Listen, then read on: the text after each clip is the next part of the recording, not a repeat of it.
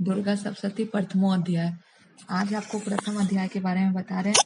प्रथम चरित्र के ब्रह्मा, ऋषि, महाकाली, देवता, गायत्री, छंद, नंदा, शक्ति, रक्त दंतिका, बीज, अग्नि तत्व और ऋग्वेद स्वरूप है। श्री महाकाली देवता की प्रसन्नता के लिए प्रथम चरित्र के जप में विनियोग किया जाता है। भगवान विष्णु के सो जाने पर मधु और कैटब को मारने के लिए कमल जन्मा ब्रह्मा जी ने जिनका स्तवन किया था, उन महाकाली देवी को मैं सेवन करता हूँ। वे अपने हाथ में 10 हाथों में खड्ग, चक्र, गदा, बाण, धनुष, परिध, शूल, भूषंडी, मस्तक और शंख धारण करती हैं। उनके 3 नेत्र हैं। वे समस्त अंगों में दिव्य आभूषणों से विभूषित हैं।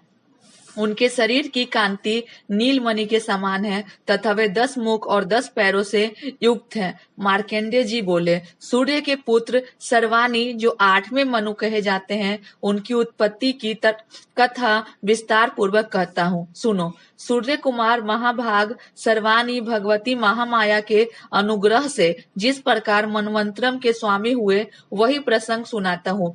पूर्व काल की बात है। स्वारोचिस मनवंतरन में सूरत नाम के एक राजा थे, जो चैत्र वंश में उत्पन्न हुए थे। उनका समस्त भूमंडल पर अधिकार था। वे प्रजा के अपने ओर पुत्रों की भांति धर्म पूर्वक पालन करते थे। तो भी उस समय कोल विध्वंसनी नाम के क्षत्रिय उनके शत्रु हो गए। राजा जी सूरत की दंड नीति बड़ी प्रबल थी। उनका शत्रुओं के साथ संग्राम हुआ। यद्यपि कोल विध्वंसनी संख्या में कम थे, तो भी राजा सूरत युद्ध में उनसे परास्त हो गए। तब वे युद्ध भूमि से अपने नगर को लौट आए और केवल अपने देश के राजा होकर रहने लगे। समूची पृथ्वी से अब उनका अधिकार जाता रहा, किंतु वहां भी उन प्रबल शत्रुओं ने उस समय महाभाग राजा सूरत पर आक्रमण कर दिया। राजा का बल क्षीण हो चला था, इसलिए उनके दुष्ट, बलवान एवं दुरात्मा मंत्रियों ने वहां उनकी राजधानी में भी राजकीय सेना और खजाने को हथिया लिया। सूरत का प्रभुत्व नष्ट हो चुका था, इसलिए वो शिकार खेलने के बहाने घोड़े पर सवार हो वहां से अकेले ही एक घने जंगल में चले गए। वहां उन्होंने प्रव मेघा मुनि का आश्रम देखा, जहाँ कितने ही हिंसक जीव अपनी स्वाभाविक हिंसावृत्ति छोड़कर परम शांत भाव से रहते थे। मुनि के बहुत से शिष्य उस वन की शोभा बढ़ा रहे थे। वहां जाने पर मुनि ने उनका सत्कार किया और वे उन मुनि श्रेष्ठ के आश्रम पर इधर उधर विचरते हुए कुछ काल तक रहे। फिर ममता से आकृत चित्त होकर वहां इस प्रकार चिंता करने लगे, पूर्व काल में मेरे पूर्वजों ने जिनका पालन किया था, वही नगर आज मुझसे रहित है। पता नहीं मेरे दुराचारी भृत्यगण उनकी धर्म पूर्वक रक्षा करते हैं या नहीं। जो सदा मद की वर्षा करने वाला और सूरवीर था, वह मेरा प्रधान हाथी अब शत्रुओं के अधीन होकर न जाने किन भोगों को भोगता होगा। जो लोग मेरी कृपा, धन और भोजन पाने से सदा मेरे पीछे पीछे चलते थे, वे निश्चय ही अब दूसरे राजाओं का अनुसरण करते होंगे। उन अपव्ययी लोगों के द्वारा सदा खर्च होते रहने के कारण अत्यंत कष्ट से जमा किया हुआ मेरा वह खजाना खाली हो जाएगा। ये तथा और भी कई बातें राजा सूरत निरंतर सोचते रहते थे। एक दिन उन्होंने वहां विप्रव मेघा के आश्रम के निकट एक वैश्य को देखा और उससे पूछा, भाई तुम कौन हो? यहाँ तुम्हारे आने का क्या कारण है? तुम क्यों शोकग्रस्त और अनमने से दिखाई देते हो? राजा सूरत का यह प्रेम पूर्वक कहा हुआ वचन सुनकर वैश्य ने विनीत भाव से उन्हें प्रणाम करके कहा। वैश्य बोला, राजन, मैं धनियों के कुल में उत्पन्न एक वैश्य हूँ। मेरा नाम समाधि है। मेरे दुष्ट स्त्री पुत्रों ने धन के लोभ से मुझे घर से बाहर निकाल दिया है। मैं इस समय धन, स्त्री और पुत्रों से वंचित हूँ। मेरे विश्वसनीय बंधुओं ने मेरा ही धन लेकर मुझे दूर कर दिया है, इसलिए दुखी होकर मैं वन में चला आया हूँ। यहाँ रहकर मैं इस बात को नहीं जानता कि मेरे पुत्रों की, स्त्री की और स्वजनों की कुशल है या नहीं। इस समय घर में वे कुशल से रहते हैं अथवा उन्हें कोई कष्ट है। वे मेरे पुत्र कैसे हैं? क्या वे सदाचारी हैं अथवा दुराचारी हो गए हैं? राजा ने पूछा। जिन लोभी स्त्री, पुत्र आदि ने धन के कारण तुम्हें घर से निकाल दिया, उनके प्रति तुम्हारे चित्त में इतना स्नेह का बंधन क्यों है? वैसे बोला, आप मेरे विषय में जैसी बात कहते हैं वह सब ठीक है, किंतु क्या करूं, मेरा मन निष्ठुरता नहीं धारण करता। जिन्होंने धन के लोभ में पड़कर पिता के प्रति स्नेह, पति के प्रति प्रेम तथा आत्मीय जन के प्रति अनुराग को तिलांजलि दे दी, मुझे घर से निकाल दिया है, उन्हीं के प्रति मेरे हृदय में इतना स्नेह है। महामते, गुणहीन बंधुओं के प्रति भी जो मेरा चित्त इस प्रकार प्रेम मग्न हो रहा है, यह क्या है? इस बात को मैं जान कर भी नहीं जान पाता। उनके लिए मैं लंबी सांसें ले रहा हूँ और मेरा हृदय अत्यंत दुखित हो रहा है। उन लोगों में प्रेम का सर्वथा अभाव है, तो भी उनके प्रति जो मेरा मन निष्ठुर नहीं हो पाता, इसके लिए क्या करूं? मार्कंडेय जी कहते हैं, ब्रह्मन तदंतर राजाओं में श्रेष्ठ सूरत और वह समाधि नामक वैश्य दोनों साथ साथ मेघा मुनि की सेवा में उपस्थित हुए और उनके साथ यथा योग्य न्यायानुकूल विनय पूर्वक बर्ताव करके बैठे। तत्पश्चात वैश्य और राजा ने कुछ वार्तालाप आरंभ किया।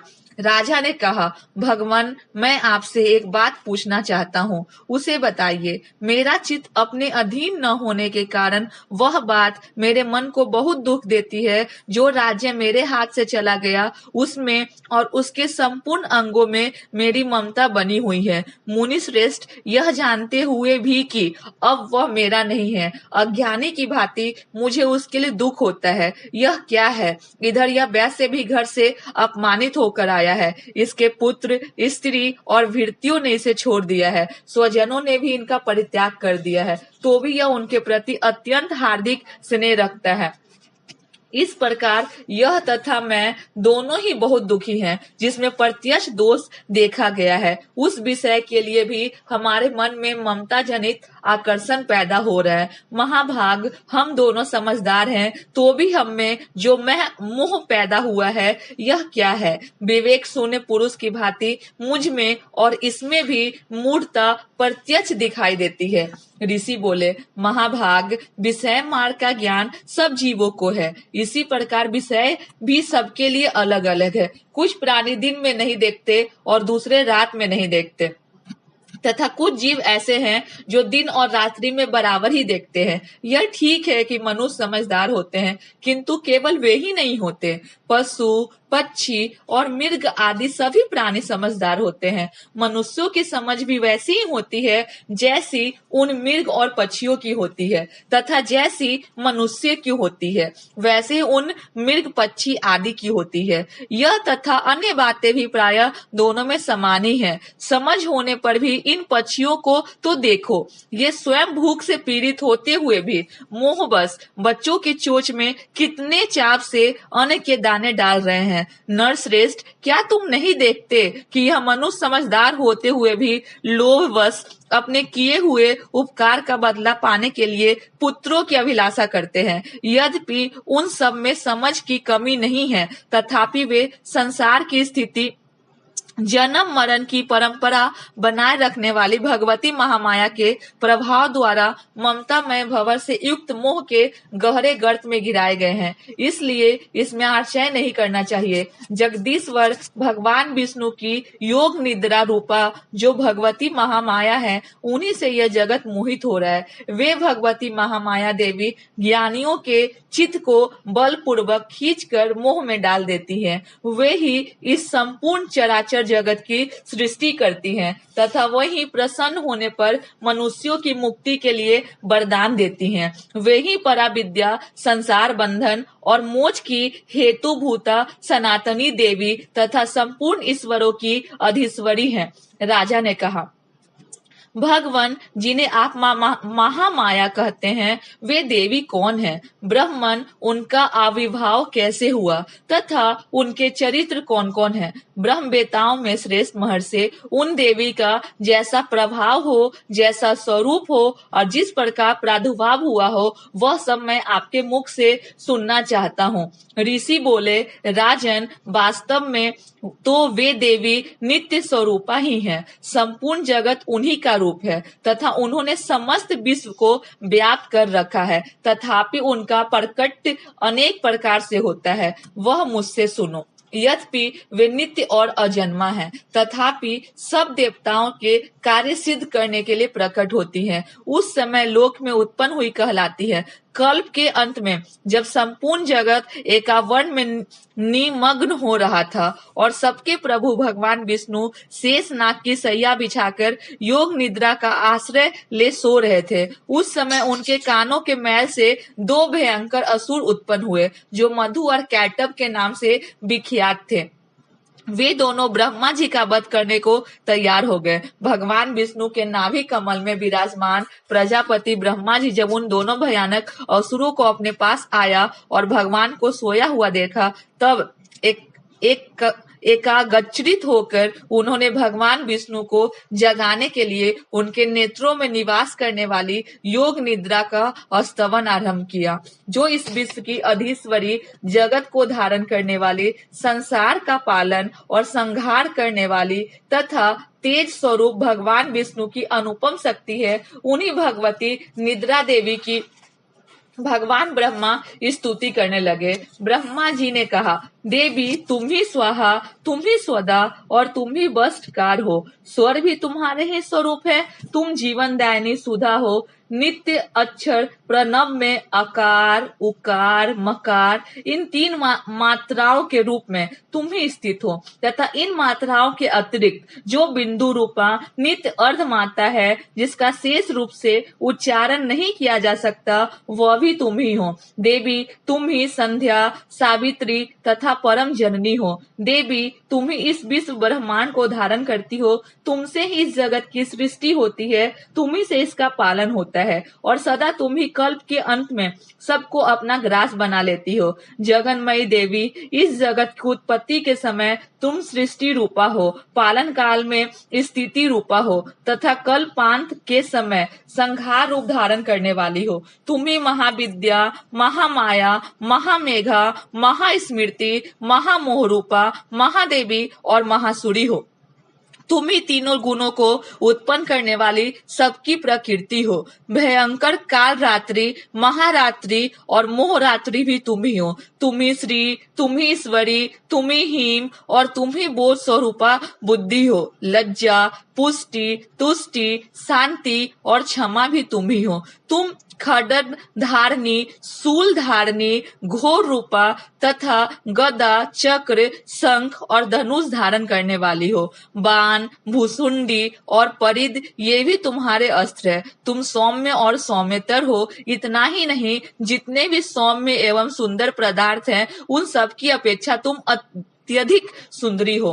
पर और अपर सबसे परे रहने वाली परमेश्वरी तुम ही हो। सर्व स्वरूपे देवी, कहीं भी सत असत रूप से जो कुछ वस्तुएं हैं, उन सब की जो शक्ति है वह तुम ही हो। ऐसी अवस्था में तुम्हारी स्तुति क्या हो सकती है, जो इस जगत की सृष्टि, पालन और संहार करते हैं। उन भगवान को भी जब तुमने निद्रा के अधीन कर दिया, तब तुम्हारी स्तुति करने में यहाँ कौन असमर्थ हो सकता है। मुझको, भगवान शंकर को तथा भगवान विष्णु को भी तुमने ही शरीर धारण कराया है, अतः तुम्हारी स्तुति करने की शक्ति किसमें है देवी। तुम तो अपने इन उदार प्रभावों से ही प्रशंसित हो। ये जो दोनों दुस्सर्ध असुर मधु और कैटब है, इनको मोह में डाल दो और जगदीश्वर भगवान विष्णु को शीघ्र ही जगा दो। साथ ही इनके भीतर इन दोनों महान असुरों को मार डालने की बुद्धि उत्पन्न कर दो। ऋषि कहते हैं, राजन, जब ब्रह्मा जी ने वहां मधु और कैटब को मारने के उद्देश्य से भगवान विष्णु को जगाने के लिए तमोगुण की अधिष्ठात्री देवी योग निद्रा की इस प्रकार स्तुति की, तब वे भगवान के नेत्र, मुख, नासिका, बाहु, हृदय और वक्ष स्थल से निकलकर अव्यक्त जन्मा ब्रह्मा जी की दृष्टि के समक्ष खड़ी हो गई। योग निद्रा से मुक्त होने पर जगत के स्वामी भगवान जनार्दन उस एकांत वन के जल में शेषनाग की सैया से जाग उठे। फिर उन दोनों असुरों को देखा। वे दुरात्मा मधु और कैटव अत्यंत बलवान तथा पराक्रमी थे और क्रोध से लाल आंखें किए ब्रह्मा जी को खा जाने के लिए उद्योग कर रहे थे। तब भगवान श्री हरि ने उठकर उन दोनों के साथ 5000 वर्षों तक केवल बाह्य युद्ध किया। वे दोनों ही अत्यंत बल के कारण उन्मत्त हो रहे थे। इधर महामाया ने भी उन्हें मोह में डाल रखा था। इसलिए वे भगवान विष्णु से कहने लगे, हम तुम्हारी वीरता से संतुष्ट हैं, तुम हम लोगों से कोई वर मांगो। श्री भगवान बोले, यदि तुम दोनों मुझ पर प्रसन्न हो, अब मेरे हाथ से मारे जाओ। बस इतना सा मैंने वर मांगा है, यहाँ दूसरे किसी वर से क्या लेना। ऋषि कहते हैं, इस प्रकार धोखे में आ जाने पर जब उन्होंने संपूर्ण जगत में जल ही जल देखा, तब कमल नयन भगवान से कहा, जहाँ पृथ्वी जल में डूबी हुई न हो, जहाँ सूखा स्थान हो, वहीं हमारा वध करो। ऋषि कहते हैं, तब तथास्तु कहकर शंख चक्र और गदा धारण करने वाले भगवान ने उन दोनों के मस्तक अपनी जांघ पर रखकर चक्र से काट डाले। इस प्रकार ये देवी महामाया ब्रह्मा जी की स्तुति करने पर स्वयं प्रकट हुई थी। अब पुनः तुमसे उनके प्रभाव का वर्णन करता हूँ, सुनो। इस प्रकार श्री मार्कंडेय पुराण में सर्वानिक मनमंत्रम की कथा के अंतर्गत देवी महात्म्य में मधु कैटव वध नामक पहला अध्याय पूरा हुआ। द्वितीय अध्याय देवताओं के तेज से देवी का प्रादुर्भाव और महिषासुर की सेना का वध। ओम मध्यम चरित्र के विष्णु, ऋषि, महालक्ष्मी, देवता, उष्णिक, छंद, शाकांबरी, शक्ति, दुर्गा बीज, वायु तत्व और यजुर्वेद स्वरूप है। श्री महालक्ष्मी की प्रसन्नता के लिए मध्यम चरित्र के पाठ में इसका विनियोग है। मैं कमल के आसन पर बैठी हुई प्रसन्न मुख वाली महिषासुर मर्दिनी भगवती महालक्ष्मी का भजन करता हूँ, जो अपने हाथों में अक्षमाला, फरसा, गदा, बाण, ब्रज, पद्म, धनुष, कुंडिका, दंड, शक्ति, खड्ग, ढाल, शंख, घंटा, मधुपात्र, शूल, पास और चक्र धारण करती हैं। ऋषि कहते हैं, पूर्व काल में देवताओं और असुरों में पूरे 100 वर्षों तक घोर संग्राम हुआ था। उसमें असुरों का स्वामी महिषासुर था और देवताओं के नायक इंद्र थे। उस युद्ध में देवताओं की सेना महाबली असुरों से परास्त हो गई। संपूर्ण देवताओं को जीतकर महिषासुर इंद्र बन बैठा। तब पराजित देवता प्रजापति ब्रह्मा जी को आगे करके उस स्थान पर गए जहां भगवान शंकर और विष्णु विराजमान थे। देवताओं ने महिषासुर के पराक्रम तथा अपनी पराजय का यथावत वृत्तांत उन दोनों देवेश्वरों से विस्तार पूर्वक कह सुनाया। वे बोले, भगवान महिषासुर सूर्य, इंद्र, अग्नि, वायु, चंद्रमा, यम, वरुण तथा अन्य देवताओं के भी अधिकार छीनकर स्वयं ही सबका अधिष्ठाता बना बैठा है। उस दुरात्मा महिषासुर ने समस्त देवताओं को स्वर्ग से निकाल दिया है। अब वे मनुष्यों की भांति पृथ्वी पर विचरते हैं। दैत्यों की यह सारी करतूत हमने आप लोग से कह सुनाई। अब हम आपकी शरण में हैं, उनके वध का कोई उपाय सोचिए। इस प्रकार देवताओं के वचन सुनकर भगवान विष्णु और शिव ने दैत्यों पर बड़ा क्रोध किया। उनकी भौहें तन गईं और मुंह टेढ़ा हो गया। तब अत्यंत कोप से भरे हुए चक्रपाणी श्री विष्णु के मुख से एक महान तेज प्रकट हुआ। इसी प्रकार ब्रह्मा, शंकर तथा इंद्र आदि अन्याय देवताओं के शरीर से भी बड़ा भारी तेज निकला। वह सब मिलकर एक हो गया। महान तेज का वह पुंज ज्वालिमान पर्वत सा जान पड़ा। देवताओं ने देखा, वहां उसकी ज्वालाएं संपूर्ण दिशाओं में व्याप्त हो रही है। संपूर्ण देवताओं के शरीर से प्रकट हुए उस तेज की कहीं तुलना नहीं थी। एकत्रित होने पर वह एक नारी के रूप में परिणित हो गया और अपने प्रकाश से तीनों लोकों में व्याप्त जान पड़ा। भगवान शंकर का जो तेज था, उसमें उस देवी का मुख प्रकट हुआ। यमराज के तेज से उसके सिर में बाल निकल आए। श्री विष्णु भगवान के तेज से उसकी भुजाएं उत्पन्न हुई। चंद्रमा के तेज से दोनों स्तनों का और इंद्र के तेज से मध्य भाग का प्रादुर्भाव हुआ। वरुण के तेज से जंघा और पिंडली तथा पृथ्वी के तेज से नितंब भाग प्रकट हुआ। ब्रह्मा के तेज से दोनों चरण और सूर्य के तेज से उनकी उंगलियां हुई। वसुओं के तेज से हाथों की अंगुलियां और कुबेर के तेज से नासिका प्रकट हुई। उस देवी के दांत प्रजापति के तेज से और तीनों नेत्र अग्नि के तेज से प्रकट हुए थे। उसकी भौहें संध्या के और कान वायु के तेज से उत्पन्न हुए थे। इसी प्रकार अन्य देवताओं के तेज से भी उस कल्याणमयी देवी का आविर्भाव हुआ था। तदंतर समस्त देवताओं के तेज पुंज से प्रकट हुई देवी को देखकर महिषासुर के सताए हुए देवता बहुत प्रसन्न हुए। पिनाकधारी भगवान शंकर ने अपने शूल से एक शूल निकाल कर उन्हें दिया। फिर भगवान विष्णु ने भी अपने चक्र से चक्र उत्पन्न करके भगवती को अर्पण किया। वरुण ने भी शंख भेंट किया।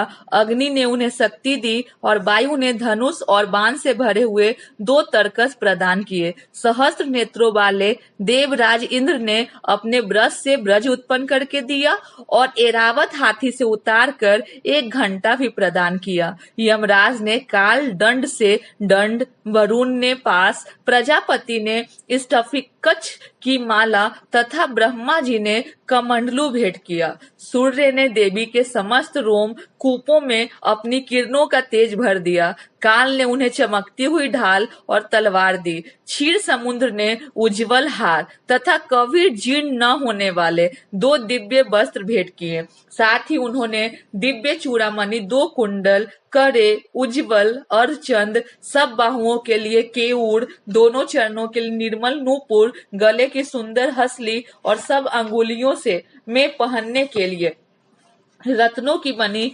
अंगूठियां भी दी। विश्वकर्मा ने उन्हें अत्यंत निर्मल फरसा भेंट किया। साथ ही अनेक प्रकार के अस्त्र और अभेद कवच दिए। इनके सिवा मस्तक और वक्ष स्थल पर धारण करने के लिए कभी न कुम्हलाने वाले कमलों की मालाएं दी। जलाधि ने उन्हें सुंदर कमल का फूल भेंट किया। हिमालय ने सवारी के लिए सिंह तथा भांति भांति के रत्न समर्पित किए।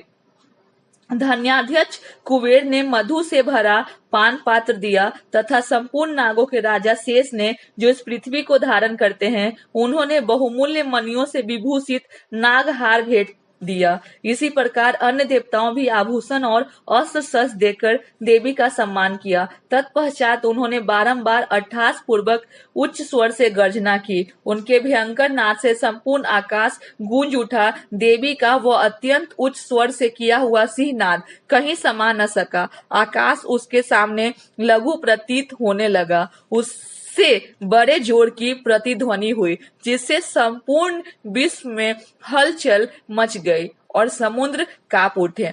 पृथ्वी डोलने लगी और समस्त पर्वत हिलने लगे। उस समय देवताओं ने अत्यंत प्रसन्नता के साथ सिंह वाहिनी भवानी से कहा, देवी तुम्हारी जय हो। साथ ही महर्षियों ने भक्ति भाव से विनम्र होकर उनका स्तवन किया।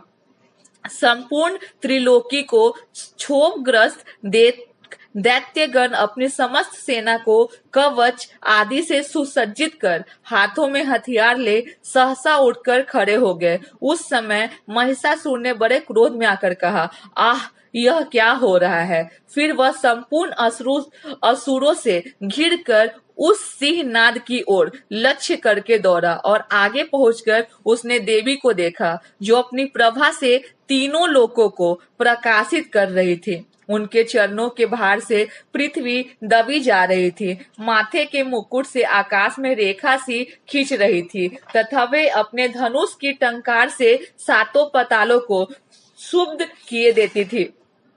देवी अपनी हजारों भुजाओं से संपूर्ण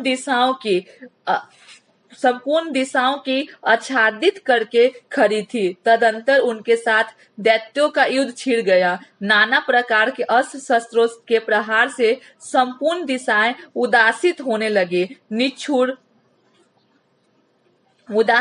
लगे। चिच्छुर नामक महान असुर महिषासुर का सेना नायक था। वह देवी के साथ युद्ध करने लगा। अन्य दैत्यों की चतुरांगनी सेना साथ लेकर चामर भी लड़ने लगा। 60,000 रथियों के साथ आकर उदग्र नामक महादैत्य ने लोहा लिया।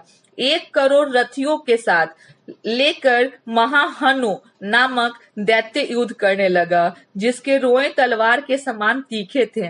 वह 80 लोमा नाम का महादैत्य 5 करोड़ रथी सैनिकों सहित युद्ध में आ डटा। 60 लाख रथियों से घिरा हुआ बासकल नामक दैत्य भी उस युद्ध भूमि में लड़ने लगा।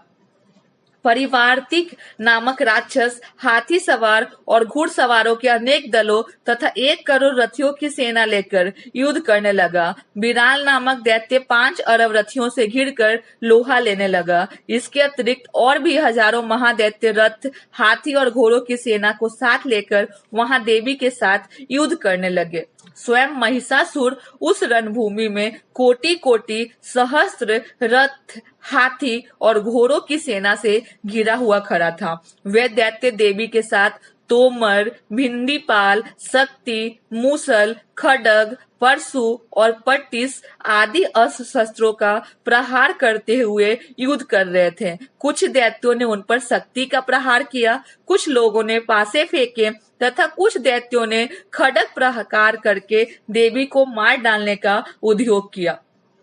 देवी ने भी क्रोध में भरकर खेल खेल में ही अपने अस्त्र शस्त्रों की वर्षा करके दैत्यों के वो समस्त अस्त्र शस्त्र काट डाले। उनके मुख पर परिश्रम या थकावट का रंच मात्र भी चिन्ह नहीं था। देवता और ऋषि उनकी स्तुति करते थे और भगवती परमेश्वरी दैत्यों के शरीरों पर अस्त्र शस्त्रों की वर्षा करती रही। देवी का वाहन सिंह भी क्रोध में भरकर गर्दन के बालों को हिलाता हुआ असुरों की सेना में इस प्रकार विचरने लगा मानो वनों में दावानल फैल रहा हो। रणभूमि में दैत्यों के साथ युद्ध करती हुई अंबिका देवी ने जितने निश्वास छोड़े वे सभी तत्काल सैकड़ों हजारों गणों के रूप में प्रकट हो गए और परशु, भिंडीपाल, खड्ग तथा पटिस आदि अस्त्रों द्वारा असुरों का सामना करने लगे।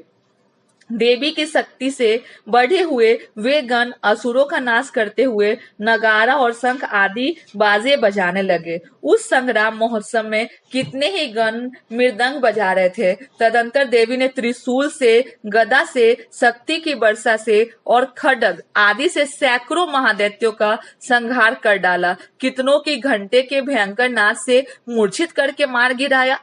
बहुत तरह दैत्यों की पास से बांधकर धरती पर घसीटा। कितने ही दैत्य उनकी तीखी तलवार की मार से दो दो टुकड़े हो गए। कितने ही गदा की चोट से घायल हो धरती पर सो गए। कितने ही मूसल की मार से अत्यंत आहत होकर रक्त बमन करने लगे। कुछ दैत्य सूल से छाती फट जाने के कारण पृथ्वी पर ढेर हो गए।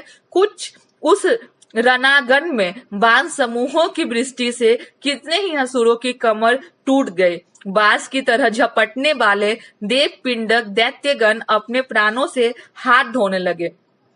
किन्हीं की बाहें छिन भिन हो गई, कितनों की गर्दनें कट गई। कितने ही दैत्यों के मस्तक कट कट कर गिरने लगे। कुछ लोगों के शरीर मध्य भाग में ही विदीर्ण हो गए। कितने ही महादैत्य जांघें कट जाने से पृथ्वी पर गिर पड़े। कितनों को ही देवी ने एक बाह, एक पैर और एक नेत्र वाले करके 2 टुकड़ों में चीर डाला।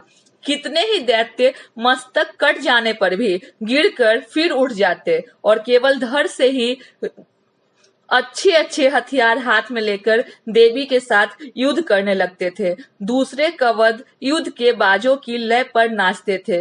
कितने ही बिना सिर के धड़ हाथों में खड्ग, शक्ति और दृष्टि लेकर दौड़ते थे तथा दूसरे दूसरे महादैत्य ठहरो ठहरो यह कहते हुए देवी को युद्ध के लिए ललकारते थे। जहां वह घोर संग्राम हुआ था वहां की धरती देवी के गिराए हुए रथ, हाथी, घोड़ों और असुरों की लाशों से ऐसी पट गई थी वहां चलना फिरना असंभव हो गया था। दैत्यों की सेना में हाथी, घोड़े और असुरों के शरीर में इतनी अधिक मात्रा में रक्तपात हुआ था कि थोड़ी ही देर में वहां खून की बड़ी बड़ी नदियां बहने लगी। जगदम्बा ने असुरों की विशाल सेना को क्षण भर में नष्ट कर दिया। ठीक उसी तरह जैसे तृण और काट के भारी ढेर को आग कुछ ही क्षणों में भस्म कर देती है और वह सिंह की गर्दन के बालों को हिला हिलाकर जोर जोर से गर्जना करता हुआ दैत्यों के शरीर से मानो उनके प्राण चुन लेता था। वहां देवी के गणों ने भी उन महादैत्यों के साथ ऐसा युद्ध किया जिससे आकाश में खड़े हुए देवतागण उन पर बहुत संतुष्ट हुए और फूल बरसाने लगे। इस प्रकार श्री मार्कंडेय पुराण में सर्वानिक मनमंत्रम की कथा के अंतर्गत देवी महात्म्य में महिषासुर की सेना का वध नामक दूसरा अध्याय पूरा हुआ। तृतीय अध्याय। जगदम्बा के श्री अंगों की कांति उदय काल के सहस्त्रों सूर्यों के समान है। वे लाल रंग की रेशमी साड़ी पहने हुए हैं। उनके गले में मुंडमाला शोभा पा रही है। दोनों स्तनों पर रक्त चंदन का लेप लगा है। वे अपने कर कमलों में जप मालिका, विद्या और अभय तथा वर नामक मुद्राएं धारण किए हुए हैं। 3 नेत्रों से सुशोभित मुखार बिंद की बड़ी शोभा हो रही है। उनके मस्तक पर चंद्रमा के साथ ही रक्तमय मुकुट बंधा है तथा वे कमल के आसन पर विराजमान है। ऐसी देवी को मैं भक्ति पूर्वक प्रणाम करता हूँ। ऋषि कहते हैं, दैत्यों की सेना को इस प्रकार तहस नहस होते देख महादैत्य सेनापति चिछुड़ क्रोध में भरकर अंबिका देवी से युद्ध करने के लिए आगे बढ़ा। वह असुर रणभूमि में देवी के ऊपर इस प्रकार बाणों की वर्षा करने लगा जैसे बादल मेरुगिरी के शिखर पर पानी की धार बरसा रहा है। तभी देवी ने अपने बाणों से उसके बाण समूह को अन्यान्यास ही काटकर उसके घोड़ों और सारथी को भी मार डाला। साथ ही उसके धनुष तथा अत्यंत ऊंची ध्वजा को भी तत्काल काट गिराया। धनुष कट जाने पर उसके अंगों को अपने बाणों से बींध डाला। धनुष, रथ, घोड़े और सारथी के नष्ट हो जाने पर वह असुर ढाल और तलवार लेकर देवी की ओर दौड़ा। उसने तीखी धार वाली तलवार से सिंह के मस्तक पर चोट करके देवी की भी बाईं भुजा में बड़े वेग से प्रहार किया। राजन, देवी की बाह पर पहुंचते ही वह तलवार टूट गई। फिर भी क्रोध से लाल आंखें करके उस राक्षस ने शूल हाथ में लिया और उस महादैत्य के भगवती भद्रकाली के ऊपर चलाया। वह शूल आकाश से गिरते हुए सूर्य मंडल की भांति अपने तेज से प्रज्वलित हो उठा। उस शूल को अपनी ओर आते देख देवी ने भी शूल का प्रहार किया। उसने राक्षस के शूल के सैकड़ों टुकड़े हो गए। साथ ही महादैत्य चिछुड़ की भी धज्जियां उड़ गए। वह प्राणों से हाथ धो बैठा। महिषासुर के सेनापति उस महापराक्रमी चिछुड़ के मारे जाने पर देवताओं को पीड़ा देने वाला चामर हाथी पर चढ़कर आया। उसने भी देवी के ऊपर शक्ति का प्रहार किया, किंतु जगदम्बा ने उसे अपने हुंकार से ही आहत एवं निष्प्रभ करके तत्काल पृथ्वी पर गिरा दिया। शक्ति टूट कर गिरी हुई देख चामर को बड़ा क्रोध हुआ। अब उसने शूल चलाया, किंतु देवी ने उसे भी अपने बाणों द्वारा काट डाला। इतने में ही देवी का सिंह उछलकर हाथी के मस्तक पर चढ़ बैठा और उस दैत्य के साथ खूब जोर लगाकर बाह युद्ध करने लगा। वे दोनों लड़ते लड़ते हाथी से पृथ्वी पर आ गए और अत्यंत क्रोध में भरकर एक दूसरे पर बड़े भयंकर प्रहार करते हुए लड़ने लगे। तदंतर बड़े वेग से आकाश की ओर उछला और उधर से गिरते उसने पंजों की मार से चामर का सिर धड़ से अलग कर दिया। इसी प्रकार उगद्र भी सीला और वृक्ष आदि की मार खाकर रणभूमि में देवी के साथ युद्ध करने लगा।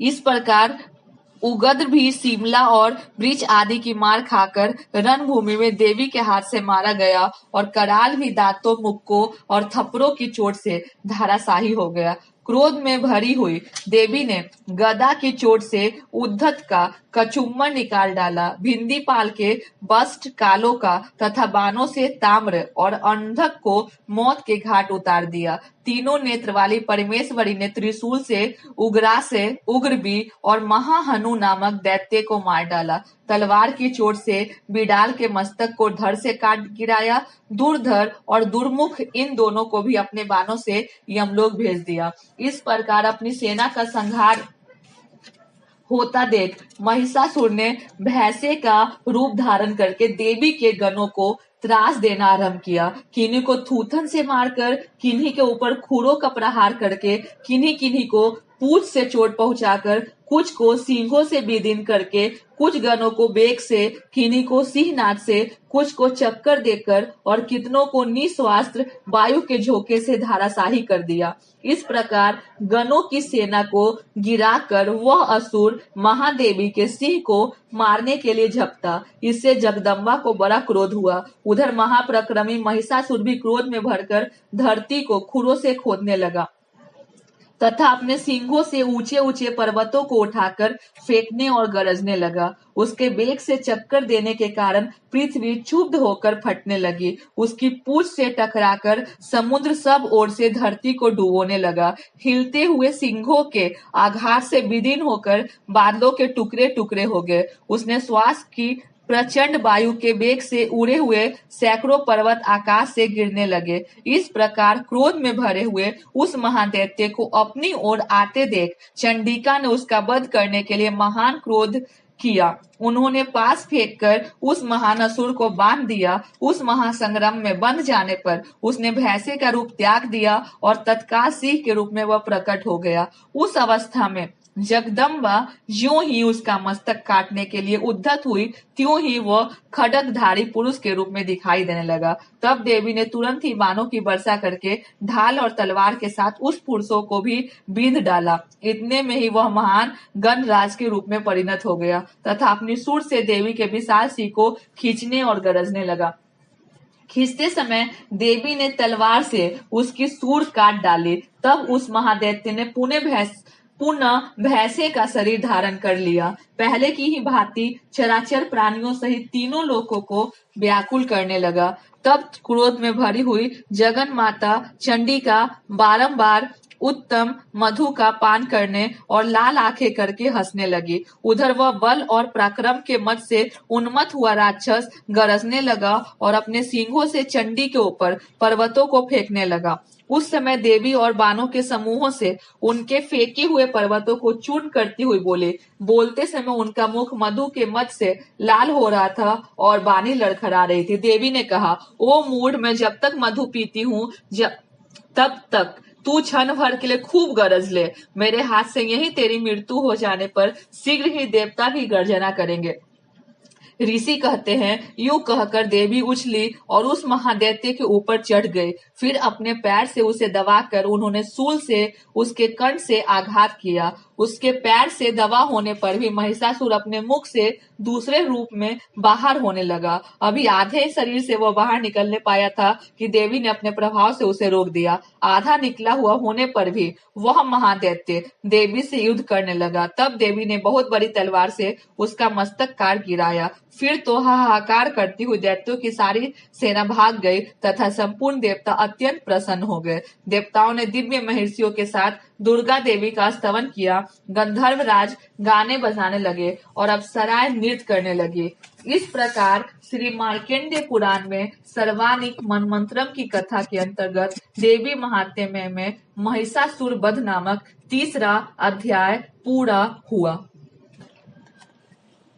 चतुर्थो अध्याय, इंद्राणी देवताओं द्वारा देवी की स्तुति। सिद्धि की इच्छा रखने वाले पुरुष जिनकी सेवा करते हैं तथा देवता जिन्हें सब ओर से घेरे रहते हैं, उन जया नाम वाली दुर्गा देवी का ध्यान करें। उनके श्री अंगों की आभा काले मेघ के समान श्याम है। वे अपने कटाक्षों से शत्रु समूह को भय प्रदान करती हैं। उनके मस्तक पर आवद चंद्र माँ की रेखा शोभा पाती हैं। वे अपने हाथों में शंख, चक्र, कृपाण और त्रिशूल धारण करती है। उनके 3 नेत्र हैं। वह सिंह के कंधे पर चढ़ी हुई हैं और अपने तेज से तीनों लोकों को परिपूर्ण कर रही हैं।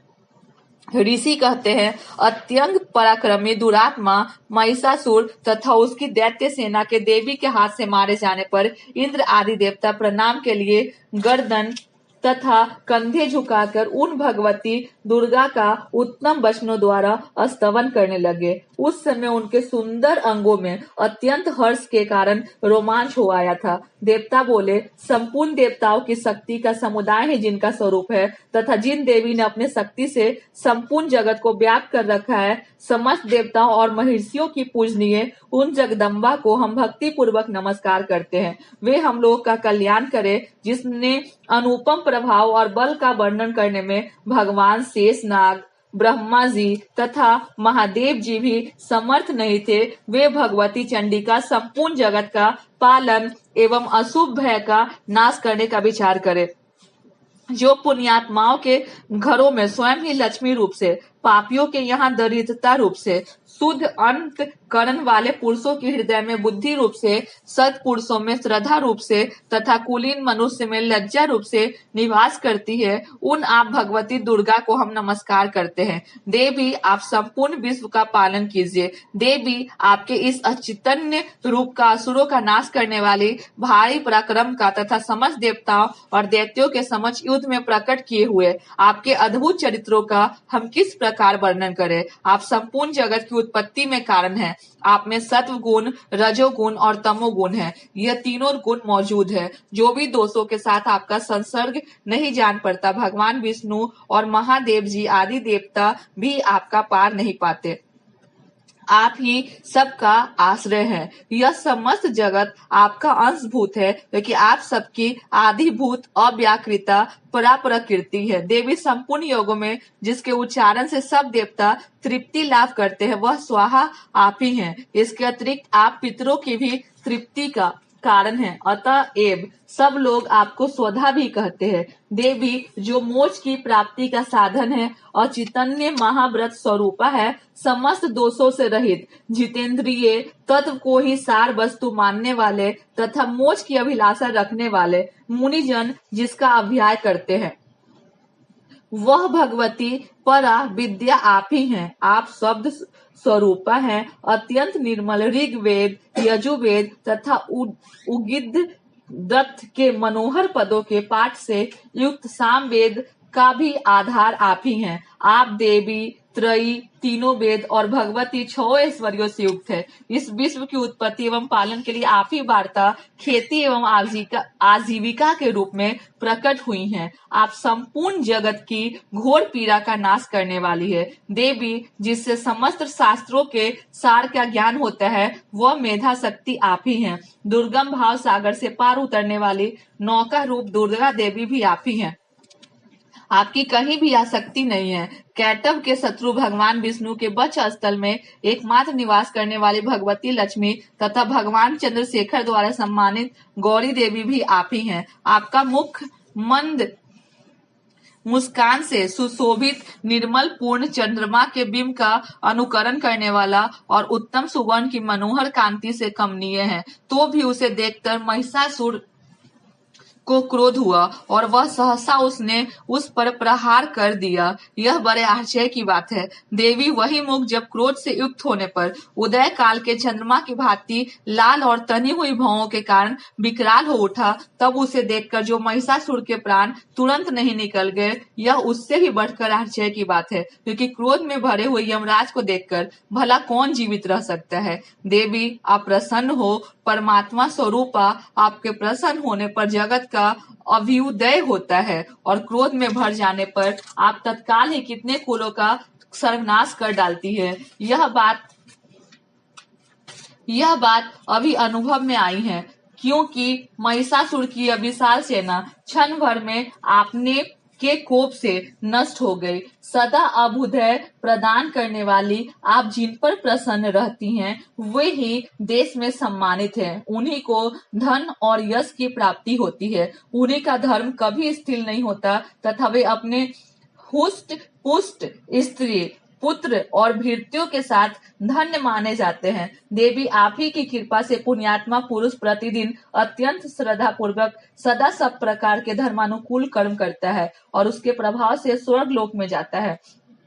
इसलिए आप तीनों लोकों में निश्चय ही मनोवांछित फल देने वाली हैं। माँ दुर्गे आप स्मरण करने पर सब प्राणियों का भय हर लेती हैं और स्वस्थ पुरुषों द्वारा चिंतन करने पे उन्हें परम कल्याणमयी बुद्धि प्रदान करती हैं। दुख, दरिद्रता और भय हरने वाली देवी आपके सिवा दूसरी कौन है जिसका चित्त सबका उपकार करने के लिए सदा ही दयाद रहता हो। देवी, इन राक्षसों को मारने से संसार को सुख मिले तथा ये राक्षस चिरकाल तक नरक में रहने के लिए भले ही पाप करते रहे हो, इस समय संग्राम में मृत्यु को प्राप्त होकर स्वर्ग लोक में जाए। निश्चय ही यही सोचकर आप शत्रुओं का वध करती है। आप शत्रुओं पर शस्त्रों का प्रहार क्यों करती है? समस्त अस्त्रों को दृष्टिपात मात्र से ही भस्म क्यों नहीं कर देती? इसमें भी एक रहस्य है। ये शत्रु भी हमारे शस्त्रों से पवित्र होकर उत्तम लोकों में जाए, इस प्रकार उनके प्रति भी आपका विचार अत्यंत उत्तम रहता है।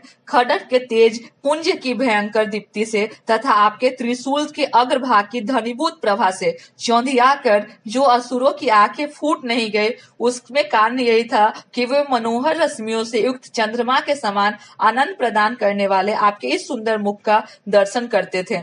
देवी, आपका शील दुराचारियों के बुरे बर्ताव को दूर करने वाला है। साथ ही यह रूप ऐसा है जो कभी चिंतन में नहीं आ सकता और जिसकी कभी दूसरों से तुलना भी नहीं हो सकती, तथा आपका बल और पराक्रम जो उन दैत्यों का विनाश करने वाला है जो कभी देवताओं के पराक्रम को भी नष्ट कर चुके हैं। इस प्रकार आपके शत्रुओं पर भी आपकी दया ही प्रकट की है। वरदायिनी देवी, आपके इस पराक्रम की किसके साथ तुलना हो सकती है तथा शत्रुओं को भय देने वाला एवं अत्यंत मनोहर ऐसा रूप भी आपके सिवा और कहाँ है? हृदय में कृपा और युद्ध में निष्ठुरता, ये दोनों बातें तीनों लोकों के भीतर केवल आप में ही देखी गई है। मात्र आपने शत्रुओं का नाश करके इस समस्त त्रिलोक की रक्षा की है। उन शत्रुओं को भी युद्ध भूमि में मारकर स्वर्ग लोक में पहुंचाया है तथा उन्मत्त दैत्यों से प्राप्त होने वाले हम लोगों के भय को भी दूर कर दिया है। आपको हमारा नमस्कार है।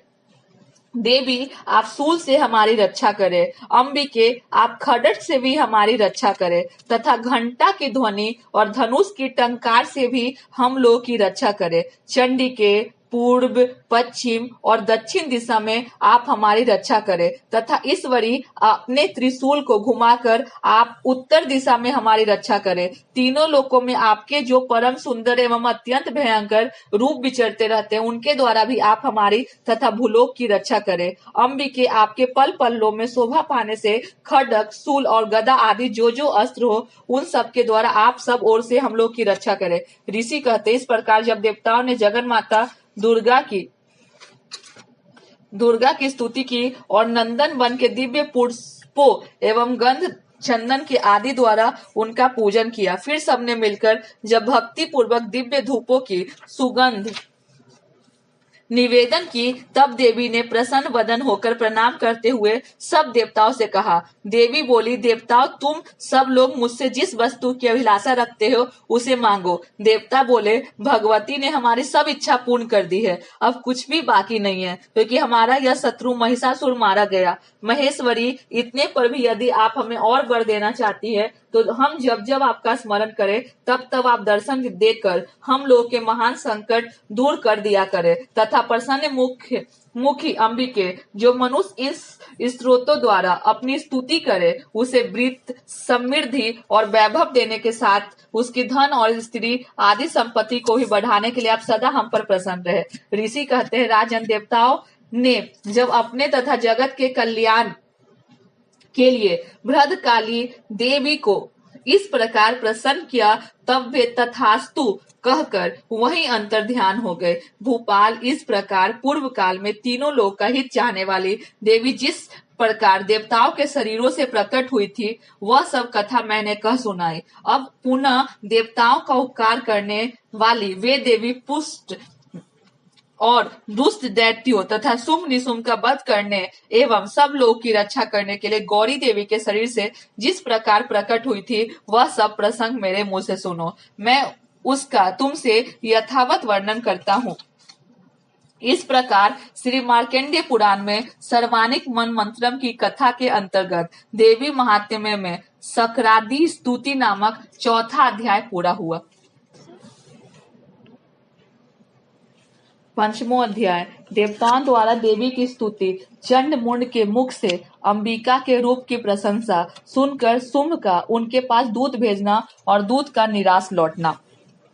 ओम इस उत्तर चरित्र के रुद्र ऋषि हैं। महासरस्वती देवता है। अनुष्टुप छंद है। भीमा शक्ति है। भ्रामरी बीज है। सूर्य तत्व है और साम वेद स्वरूप है। महासरस्वती की प्रसन्नता के लिए उत्तर चरित्र के पाठ में इसका विनियोग किया जाता है, जो अपने कर कमलों में घंटा, शूल, हल, शंख, मूसल, चक्र, धनुष और बाण धारण करती हैं। शरद ऋतु के शोभा संपन्न चंद्रमा के समान जिनकी मनोहर कांति है, जो तीनों लोकों की आधारभूता और सुम आदि दैत्यों का नाश करने वाली है, तथा गौरी के शरीर से जिनका प्राकट्य हुआ है, उन महासरस्वती देवी का मैं निरंतर भजन करता हूँ।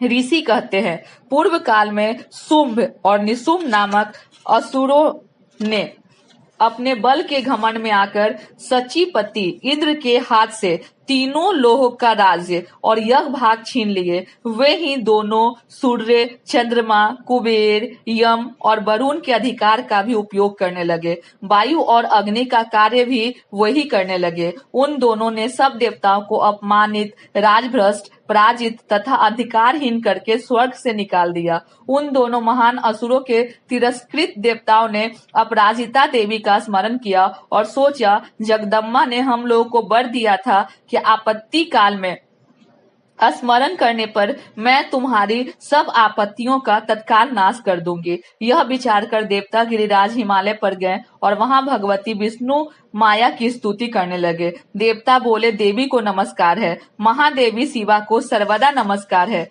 प्रकृति एवं भद्रा को प्रणाम है। हम लोग नियम पूर्वक जगदम्बा को नमस्कार करते हैं। रौद्रा को नमस्कार है। नित्या, गौरी एवं धात्री को बारंबार नमस्कार है। ज्योत्सनामयी, चंद्र रूपिणी एवं सुख स्वरूपा देवी को सतत प्रणाम है। शरणोगतों का कल्याण करने वाली वृद्धि एवं सिद्धि रूपा देवी को हम बारंबार नमस्कार करते हैं। नेत्रती राक्षसों की लक्ष्मी, राजाओं की लक्ष्मी तथा सर्वानी शिव पत्नी स्वरूपा आप जगदम्बा को बार बार नमस्कार है। दुर्गा, दुर्गा पारा, दुर्गम संकट से पार उतारने वाली, सारा सबकी सारभूता, सर्वकारणी, ख्याति, कृष्णा और धूर्मा देवी को सर्वदा नमस्कार है। अत्यंत सौम्य तथा अत्यंत रौद्र रूपा देवी को हम नमस्कार करते हैं। उन्हें हमारा बारंबार प्रणाम है। जगत की आधारभूता कृति देवी को बारंबार नमस्कार है। जो देवी सब प्राणियों में विष्णु माया के नाम से कही जाती है, उनको नमस्कार, उनको नमस्कार, उनको बारंबार नमस्कार है। जो देवी सब प्राणियों में चेतना कहलाती है, उनको नमस्कार, उनको नमस्कार, उनको बारंबार नमस्कार है। जो देवी सब प्राणियों में बुद्धि रूप से स्थित है, उनको नमस्कार, उनको नमस्कार, उनको बारंबार नमस्कार है। जो देवी सब प्राणियों में निद्रा रूप से स्थित है, उनको नमस्कार, उनको नमस्कार, उनको बारंबार नमस्कार है। जो देवी सब प्राणियों में श्रद्धा रूप से स्थित है, उनको नमस्कार, उनको नमस्कार, उनको बारंबार नमस्कार है। जो देवी सब प्राणियों में छाया रूप से स्थित है, उनको नमस्कार, उनको नमस्कार, उनको बारंबार नमस्कार है। जो देवी सब प्राणियों में शक्ति रूप से स्थित है, उनको नमस्कार, उनको नमस्कार, उनको बारंबार नमस्कार है। जो देवी सब प्राणियों में तृष्णा रूप से स्थित है, उनको नमस्कार, उनको नमस्कार, उनको बारंबार नमस्कार है। जो देवी सब प्राणियों में शांति, क्षमा रूप से स्थित है, उनको नमस्कार, उनको नमस्कार, उनको बारंबार नमस्कार है। जो देवी सब प्राणियों में जाति रूप से स्थित है, उनको नमस्कार, उनको नमस्कार, उनको बारंबार नमस्कार है। जो देवी सब प्राणियों में लज्जा रूप से स्थित है, उनको नमस्कार, उनको नमस्कार, उनको बारंबार नमस्कार है। जो देवी सब प्राणियों में शांति रूप से स्थित है, उनको नमस्कार, उनको नमस्कार, उनको बारंबार नमस्कार है। जो देवी सब प्राणियों में श्रद्धा रूप से स्थित है, उनको नमस्कार, उनको नमस्कार, उनको बारंबार नमस्कार है। जो देवी सब प्राणियों में कांति रूप से स्थित है, उनको नमस्कार, उनको नमस्कार, उनको बारंबार नमस्कार है। जो देवी सब प्राणियों में लक्ष्मी रूप से स्थित है, उनको नमस्कार, उनको नमस्कार, उनको बारंबार नमस्कार है। जो देवी सब प्राणियों में वृत्ति रूप से स्थित है, उनको नमस्कार, उनको नमस्कार, उनको बारंबार नमस्कार है। जो देवी सब प्राणियों में स्मृति रूप से स्थित है, उनको नमस्कार, उनको नमस्कार, उनको बारंबार नमस्कार है। जो देवी सब प्राणियों में दया रूप से स्थित है, उनको नमस्कार, उनको नमस्कार, उनको बारंबार नमस्कार है। जो देवी सब प्राणियों में दृष्टि रूप से स्थित है, उनको नमस्कार, उनको नमस्कार, उनको बारंबार नमस्कार है। जो सब देवी सब प्राणियों में माता रूप से स्थित है, उनको नमस्कार, उनको नमस्कार, उनको बारंबार नमस्कार है। जो देवी सब प्राणियों में भ्रांति रूप से स्थित है, उनको नमस्कार, उनको नमस्कार, उनको बारंबार नमस्कार है। जो जीवों के इंद्रिय बल की अधिष्ठात्री देवी एवं सब प्राणियों में सदा व्याप्त रहने वाली है, उन व्याप्ति देवी को बारंबार नमस्कार है। जो देवी चैतन्य रूप से इस संपूर्ण जगत को व्याप्त करके स्थित है, उनको नमस्कार, उनको नमस्कार, उनको बारंबार नमस्कार है। पूर्व काल में अपने अभीष्ट की प्राप्ति होने से देवताओं ने जिनकी स्तुति की थी तथा देवराज इंद्र ने बहुत दिनों तक जिनका सेवन किया, वह कल्याण की साधना भूता ईश्वरी हमारा कल्याण और मंगल करे तथा सारी आपत्तियों का नाश कर डाले। उदंड दैत्यों के द्वारा सताए हुए हम सभी देवता जिन परमेश्वरी को इस समय नमस्कार करते हैं तथा जो भक्ति से विनम्र पुरुषों द्वारा स्मरण की जाने पर तत्काल ही संपूर्ण विपत्तियों का नाश कर देती थी, वे जगदम्बा हमारा संकट दूर करे। ऋषि कहते हैं, राजन, इस प्रकार जब देवता स्तुति कर रहे थे, उस समय पार्वती देवी गंगा जी के जल में स्नान करने के लिए वहां आई। उन सुंदर भवों वाली भगवती ने देवताओं से पूछा, आप लोग यहाँ किसकी स्तुति कर रहे हैं? तब उन्हीं के शरीर से प्रकट हुई शिवा देवी बोली, सुम दैत्य से तिरस्कृत होकर और युद्ध में निशुम से पराजित हो यहाँ एकत्रित हुए। ये समस्त देवता यह मेरी स्तुति कर रहे हैं। पार्वती जी के शरीर कोश के अंबिका का प्रादुर्भाव हुआ था, इसलिए वह समस्त लोकों में कौशिकी कही जाती है। कौशिकी के प्रकट होने के बाद पार्वती देवी का शरीर काले रंग का हो गया, अतः वह हिमालय पर रहने वाली कालिका देवी के नाम से विख्यात हुई। तदंतर सुम निशुम के भृत चंड मुंड वहां आए और उन्होंने परम मनोहर रूप धारण करने वाली अंबिका देवी को देखा। फिर वे सुम के पास जाकर बोले, महाराज, एक अत्यंत मनोहर स्त्री है जो अपनी दिव्य कांति से हिमालय को प्रकाशित कर रही है। वैसा उत्तम रूप कहीं किसी ने भी नहीं देखा होगा। और सुरेश्वर, पता लगाइए वह देवी कौन है और उसे ले लीजिए। स्त्रियों में वह रत्न है, उनके प्रत्येक अंग बहुत ही सुंदर है तथा वे अपने श्री अंगों की प्रभा से संपूर्ण दिशाओं में प्रकाश फैला रही है। दैत्यराज, अभी वह हिमालय पर ही मौजूद है, आप उसे देख सकते हैं। प्रभु, तीनों लोकों में मणि, हाथी और घोड़े आदि जितने भी रत्न हैं, वह सब इस समय आपके घर में शोभा पाते हैं। हाथियों में रत्नभूत एरावत, यह परिजात का वृक्ष और ये उच्चवय श्रवा घोड़ा, यह सब आपने इंद्र से ले लिया है। हंसों से जुता हुआ विमान भी आपके आंगन में शोभा पाता है। यह रत्नभूत अद्भुत विमान जो पहले ब्रह्मा जी के पास था, अब आपके यहाँ लाया गया है।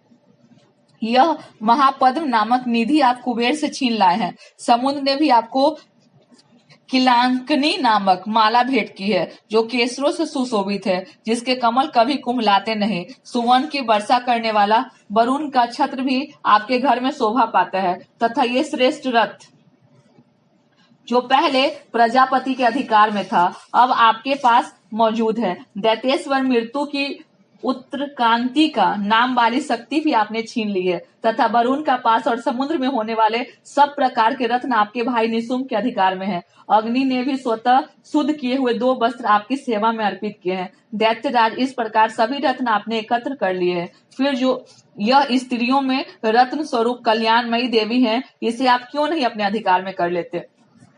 ऋषि कहते हैं, चंडमुंड का यह वचन सुनकर सुम ने महादैत्य सुग्रीव को दूत बनाकर देवी के पास भेजा और कहा, तुम मेरी आज्ञा से उसके सामने ये बातें कहना और ऐसा उपाय करना जिससे प्रसन्न होकर वह शीघ्र ही यहाँ आ जाए। वह दूत पर्वत के अत्यंत रमणीय प्रदेश में जहाँ देवी मौजूद थी गया और मधुर वाणी में कोमल वचन बोला। दूत बोला, देवी दैत्यराज शुंभ इस समय तीनों लोकों के परमेश्वर है। मैं उन्हीं का भेजा हुआ दूत हूँ और तुम्हारे ही पास आया हूँ। उनकी आज्ञा सदा सब देवता एक स्वर से मानते हैं, कोई इसका उल्लंघन नहीं कर सकता। वे संपूर्ण देवताओं को परास्त कर चुके हैं। उन्होंने तुम्हारे लिए जो संदेश दिया है उसे सुनो।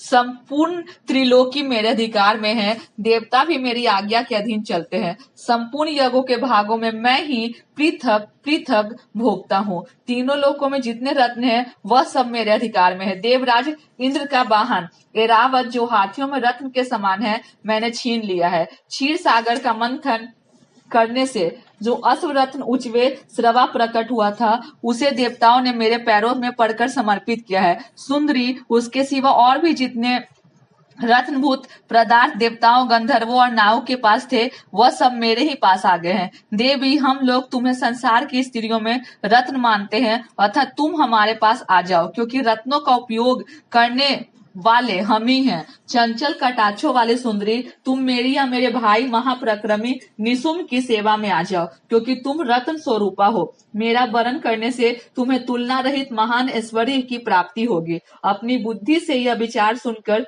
तुम मेरी पत्नी बन जाओ। ऋषि कहते हैं, दूत के ये कहने पर कल्याणमयी भगवती दुर्गा देवी जो इस जगत को धारण करती हैं, मन ही मन गंभीर भाव से मुस्कुराई और इस प्रकार बोली। देवी ने कहा, दूत, तुमने सत्य कहा है, इसमें तनिक भी मिथ्या नहीं है।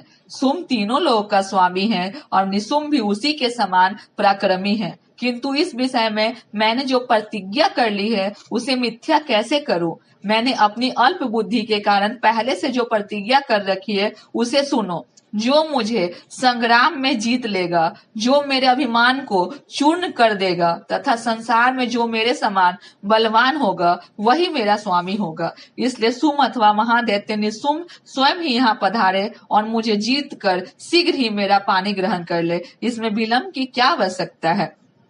दूत बोला, देवी, तुम घमंड में भरी हो, मेरे सामने ऐसी बातें न करो। तीनों लोकों में कौन ऐसा पुरुष है जो शुंभ निशुम्भ के सामने खड़ा हो सके? देवी, अन्य दैत्यों के सामने भी सारे देवता युद्ध में नहीं ठहर सके, फिर तुम अकेली स्त्री होकर कैसे ठहर सकती हो? जिन शुंभ आदि दैत्यों के सामने इंद्र आदि सब देवता भी युद्ध में खड़े नहीं हुए, उनके सामने तुम स्त्री होकर कैसे जाओगी? इसलिए तुम मेरे ही कहने से शुंभ निशुम्भ के पास चली चलो। ऐसा करने से तुम्हारे गौरव की रक्षा होगी, अन्यथा जब वे केस पकड़कर घसीटेंगे तब तुम्हें अपनी प्रतिष्ठा खोकर जाना पड़ेगा। देवी ने कहा, तुम्हारा कहना ठीक है, शुंभ बलवान है और निशुम्भ भी बड़े पराक्रमी है, किंतु क्या करूं? मैंने पहले बिना सोचे समझे प्रतिज्ञा कर ली है, और तब तुम जाओ, जो तुमसे मैंने कहा जो कुछ भी वह सब दैत्य राज से आदर पूर्वक कहना, फिर वे जो उचित जान पड़े करे। इस प्रकार श्री मार्कंडेय पुराण में सर्वानिक मनमंत्रम की कथा के अंतर्गत देवी महात्म्य में देवी दूत संवाद नामक 5वां अध्याय पूरा हुआ। 6वां अध्याय ध्रुम लोचन वध। मैं सर्वेश्वर भैरव के अंग में निवास करने वाली परमोत्कृष्ट पद्मावती देवी का चिंतन करता हूँ। वे नागराज के आसन पर बैठी हैं। नाव के फन में सुशोभित होने वाली मणियों की विशाल माला से उनकी देहलता उदासित हो रही है। सूर्य के समान उनका तेज है। 3 नेत्र उनकी शोभा बढ़ा रहे हैं। वे हाथों में माला, कुंभ, कपाल और कमल लिए हुए तथा उनके मस्तक में अर्धचंद्र का मुकुट सुशोभित है। ऋषि कहते हैं, देवी का यह कथन सुनकर दूत को बड़ा अमर्ष हुआ और उसने दैत्यराज के पास जाकर सब समाचार विस्तार पूर्वक कह सुनाया। दूत के उस वचन को सुनकर दैत्यराज कुपित हो उठा और दैत्य सेनापति ध्रुमलोचन से बोला, ध्रुमलोचन, तुम शीघ्र अपनी सेना साथ लेकर जाओ और उस दुष्टा के केस पकड़कर घसीटते हुए उसे बलपूर्वक यहाँ ले आओ। उसकी रक्षा करने के लिए यदि कोई दूसरा खड़ा हो तो वह देवता ही क्यों न हो, यक्ष अथवा गंधर्व ही क्यों न हो, उसे अवश्य मार डालना। ऋषि कहते हैं, सुम के इस प्रकार आज्ञा देने पर ध्रुमलोचन दैत्य 60,000 असुरों की सेना को साथ लेकर वहां से तुरंत चल दिया। वहां पहुंचकर उसने हिमालय पर रहने वाली देवी को देखा और ललकार कर कहा, अरे तू सुम निसुम के पास चल। यदि इस समय प्रसन्नता पूर्वक मेरे स्वामी के समीप नहीं चलेगी तो मैं बलपूर्वक झोटा पकड़कर घसीटते हुए तुझे ले चलूंगा। देवी बोली, तुम्हें दैत्यों के राजा ने भेजा है, तुम स्वयं ही बलवान हो और तुम्हारे साथ विशाल सेना भी है। ऐसी दशा में यदि मुझे बलपूर्वक ले चलोगे तो मैं तुम्हारा क्या कर सकती हूँ। ऋषि कहते, देवी के यूं कहने पर असुर ध्रुमलोचन उनकी ओर दौड़ा। तभी अंबिका ने हूं शब्द के उच्चारण मात्र से उसे भस्म कर दिया।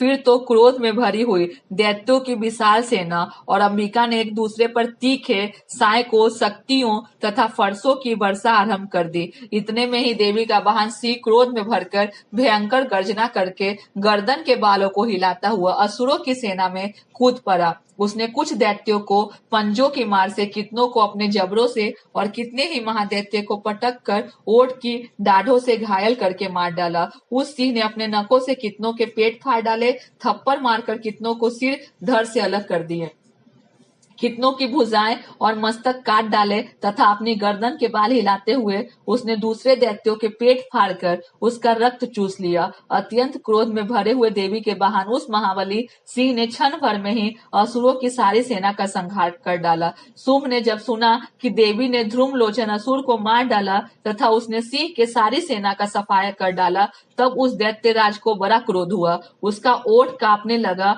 उसने चंड और मुंड नामक दो महादैत्यों को आज्ञा दी, ए चंड और ए मुंड, तुम बहुत बड़ी सेना लेकर वहां जाओ, उस देवी के झोटे पकड़कर अथवा उसे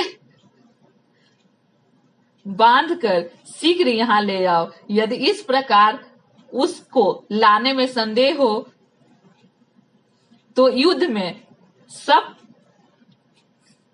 प्रकार के शस्त्रों तथा समस्त आसुरी सेना का प्रयोग करके उसकी हत्या कर डालना। उस दुष्टा की हत्या होने तथा सिंह के मारे जाने पर उस अंबिका को बांधकर साथ ही शीघ्र लौट आना। इस प्रकार श्री मार्कंडेय पुराण में सर्वानिक मनमंत्रम की कथा के अंतर्गत देवी महात्म्य में ध्रुमलोचन वध नामक 6ठा अध्याय पूरा हुआ। 7वां अध्याय, चंड और मुंड का वध। मैं माता देवी को ध्यान करता हूँ। वे रत्न में सिंहासन पर बैठकर पढ़ते हुए तोते का मधुर शब्द सुन रही हैं। उनके शरीर का वर्ण श्याम है। वे अपना एक पैर कमल पर रखे हुए हैं और मस्तक पर अर्धचंद्र धारण करती हैं तथा कहार पुष्पों की माला धारण किए बीना बजाती हैं। उनके अंग में कसी हुई चोली शोभा पा रही है। वे लाल रंग की साड़ी पहने हाथ में शंखमय पात्र लिए हुए हैं। उनके बदन पर मधु का हल्का हल्का प्रभाव जान पड़ता है और ललाट में बेंदी शोभा दे रही है।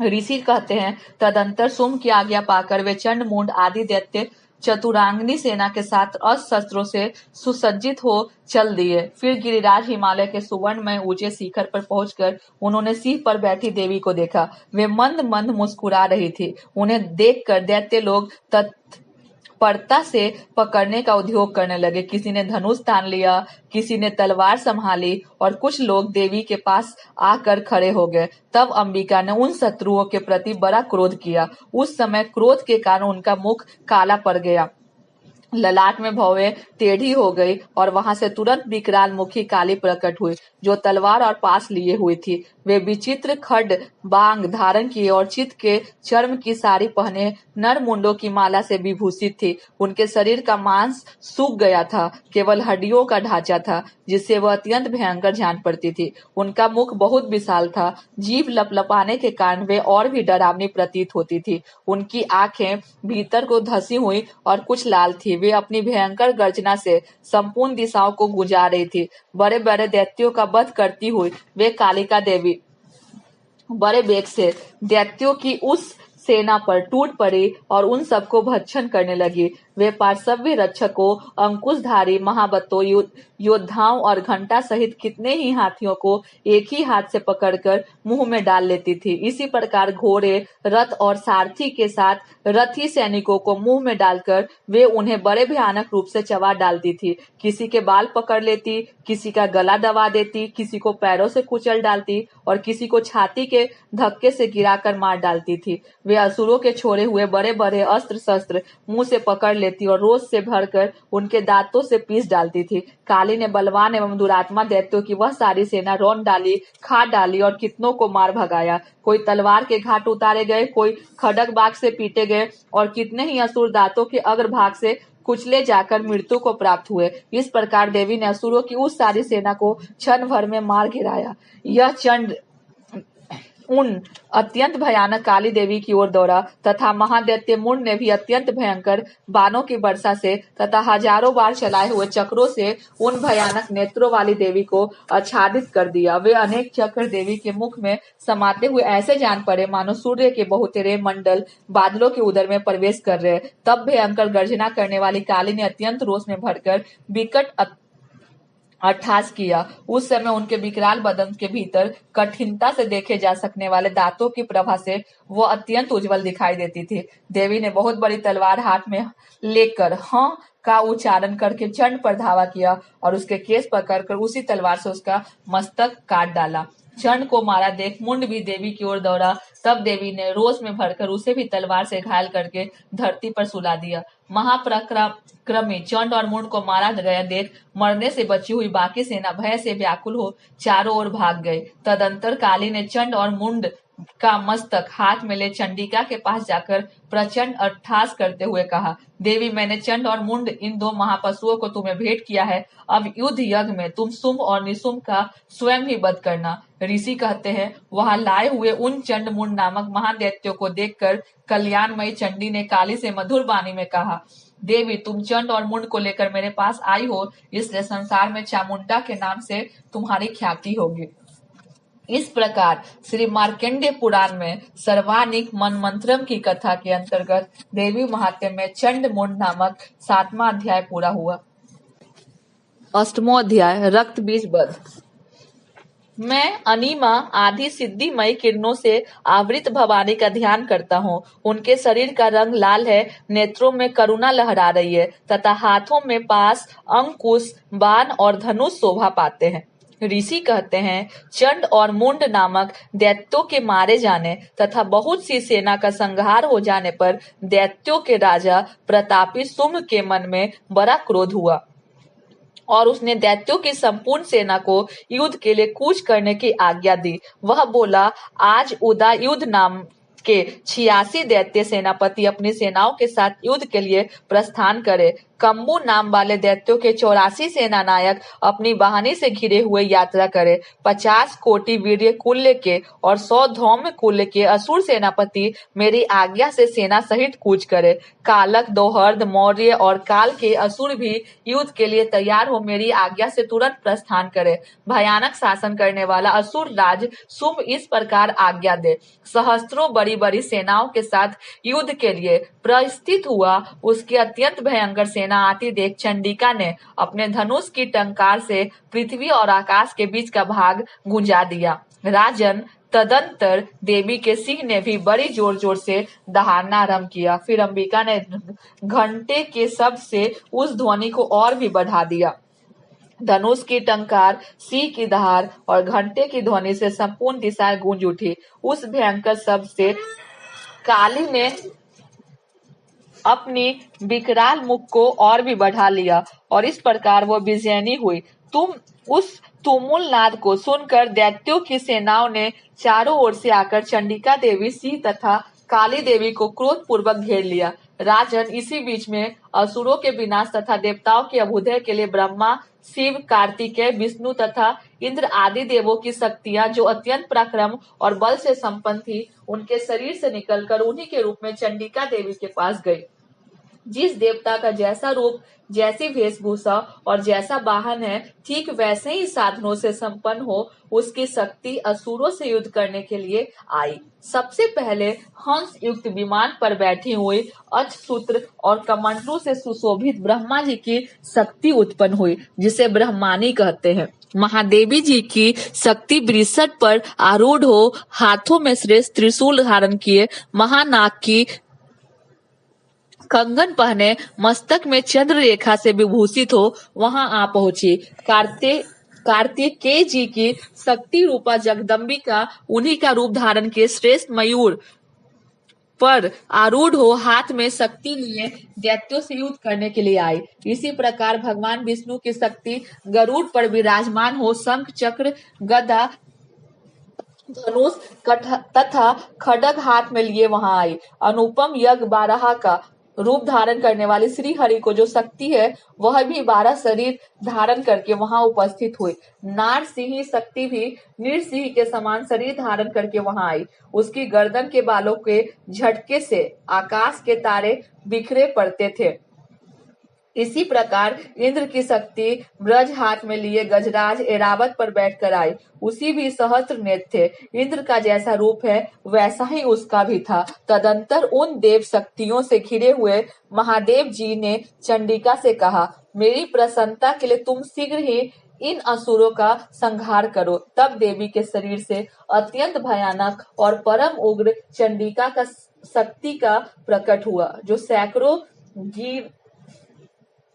गिदरियों की भांति आवाज करने वाली थी। उस अपराजिता देवी ने धूमिल जटा वाले महादेव जी से कहा, भगवान आप शुंभ निशुंभ के पास दूत बनकर जाइए और उन अत्यंत गर्वीले दानव शुंभ एवं निशुंभ दोनों से कहिए। साथ ही उनके अतिरिक्त भी जो दानव युद्ध के लिए वहां उपस्थित हो, उनको भी यह संदेश दीजिए, दैत्यो यदि तुम जीवित रहना चाहते हो तो पाताल लोक को लौट जाओ। इंद्र को त्रिलोकी का राज्य मिल जाए और देवता यज्ञ भाग का उपभोग करे। यदि बल के घमंड में आकर तुम युद्ध की अभिलाषा रखते हो तो आ जाओ। मेरी सेवाएं तुम्हारे कच्चे मान से तृप्त हो। चूंकि उस देवी ने भगवान शिव को दूत के कार्य में नियुक्त किया था, इसलिए वह शिव दूती के नाम से संसार में विख्यात हुई। वे महादैत्य भी भगवान शिव के मुख से देवी के वचन सुनकर क्रोध में भर गए और जहाँ कात्यायनी विराजमान थी उस ओर बढ़े। तदंतर वे दैत्य अमरस में भरकर पहले ही देवी के ऊपर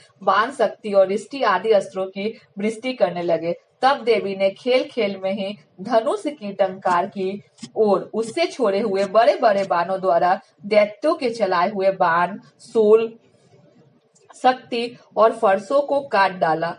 फिर काली उनके आगे होकर शत्रुओं को शूल के प्रहार से विदीर्ण करने लगी और खड्ग बांग से उसका कुचुम्बर निकालती हुई रणभूमि में विचरने लगी। ब्रह्मा जी जिस जिस ओर दौड़ती उसी ओर कमंडलू का जल छिड़क कर शत्रुओं के ओज और पराक्रम को नष्ट कर देती थी। महेश्वरी ने त्रिशूल से तथा वैष्णवी ने चक्र और अत्यंत क्रोध में भरी हुई कुमार कार्तिकेय की शक्ति से दैत्यों को संहार आरंभ किया। इंद्र शक्ति के ब्रज प्रहार से विदीर्ण हो सैकड़ों दैत्य दानव रक्त की धारा बहाते हुए पृथ्वी पर सो गए। बाराही शक्ति ने कितनों की अपने थूथन की मार से नष्ट किया। दाढ़ों के अग्रभाग से कितनों की छाती छेद डाली तथा कितने ही दैत्य उसके चक्र की चोट से विदीर्ण होकर गिर पड़े। नारसिंही भी दूसरे महादैत्यों को अपने नखों से विदीर्ण करके खाती और सिंहनाद से दिशाओं एवं आकाश को गुंजाती हुई युद्ध क्षेत्र में विचरने लगी। कितने ही असुर शिवदूती के प्रचंड अट्टहास से अत्यंत भयभीत हो पृथ्वी पर गिर पड़े और गिरने पर उन्होंने शिवदूती से उस समय अपना ग्रास बना लिया। इस प्रकार क्रोध में भरे हुए मारुति गणों को नाना प्रकार के उपायों से बड़े बड़े असुरों का मर्दन करते देख दैत्य सैनिक भाग खड़े हुए। मारुति गणों से पीड़ित दैत्यों को युद्ध से भागते देख रक्त बीज नामक महादैत्य क्रोध में भरकर युद्ध करने के लिए आया। उसके शरीर से जब रक्त की बूंद पृथ्वी पर गिरती तब उसी के समान शक्तिशाली एक दूसरा महादैत्य पृथ्वी पर पैदा हो जाता। महासुर रक्त बीज हाथ में गदा लेकर इंद्र शक्ति के साथ युद्ध करने लगा।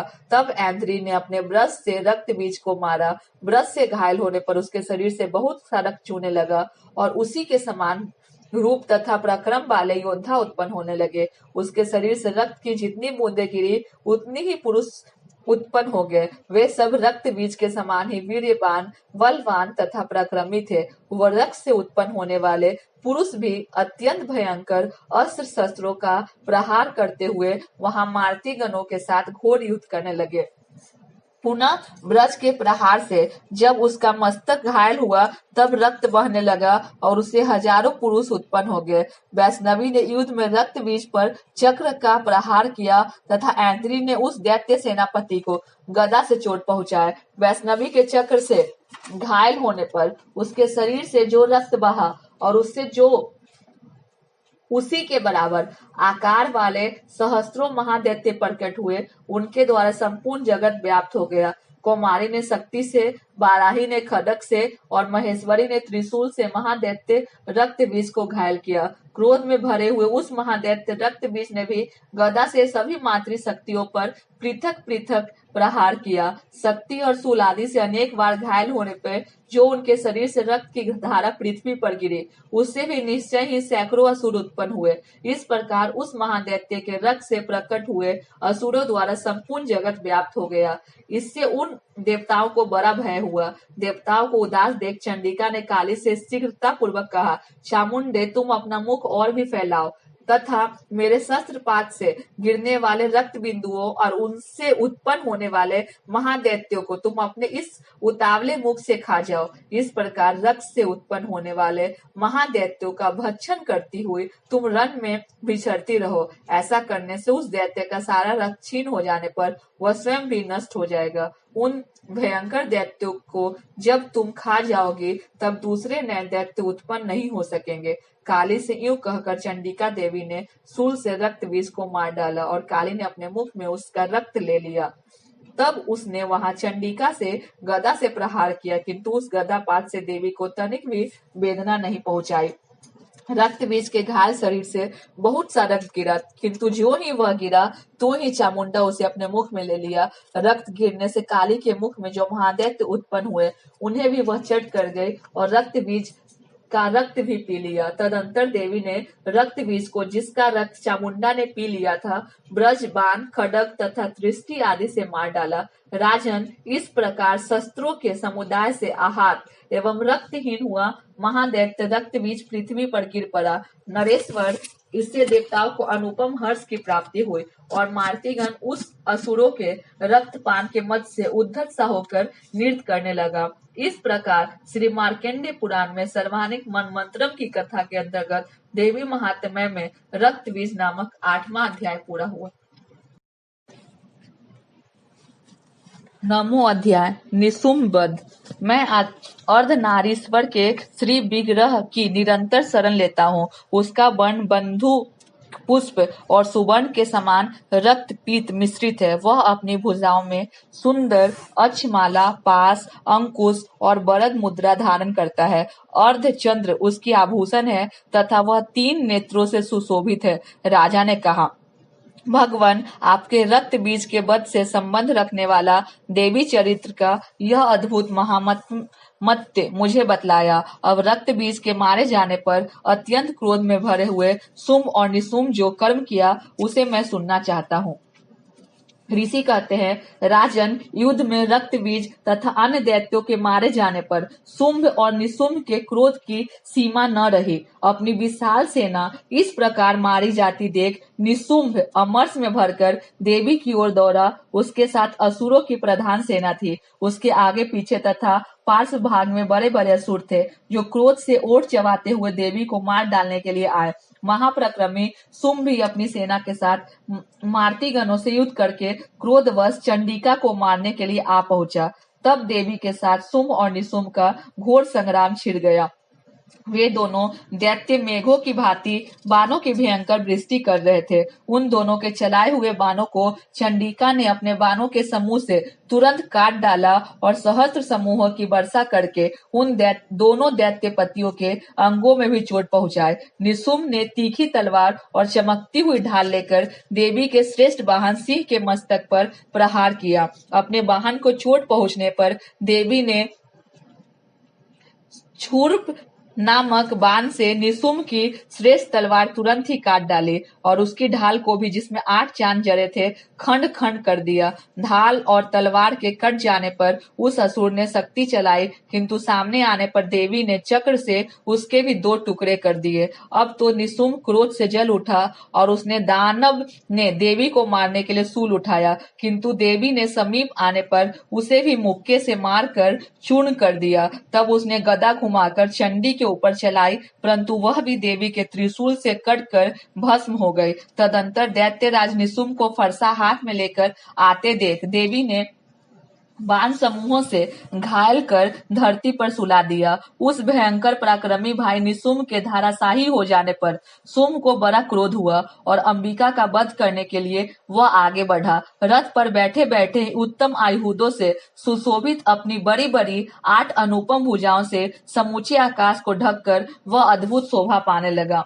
उसे आते देख देवी ने शंख बजाया और धनुष की प्रत्यचार भी अत्यंत दुस्सह शब्द किया। साथ ही अपने घंटों के शब्द से, जो समस्त दैत्य सैनिकों का तेज नष्ट करने वाला था, संपूर्ण दिशाओं को व्याप्त कर दिया। तदंतर सिंह ने भी अपनी दहाड़ से, जिसे सुनकर बड़े बड़े गणराजों के महान मत दूर हो जाता था, आकाश, पृथ्वी और 10 दिशाओं को गुंजा दिया।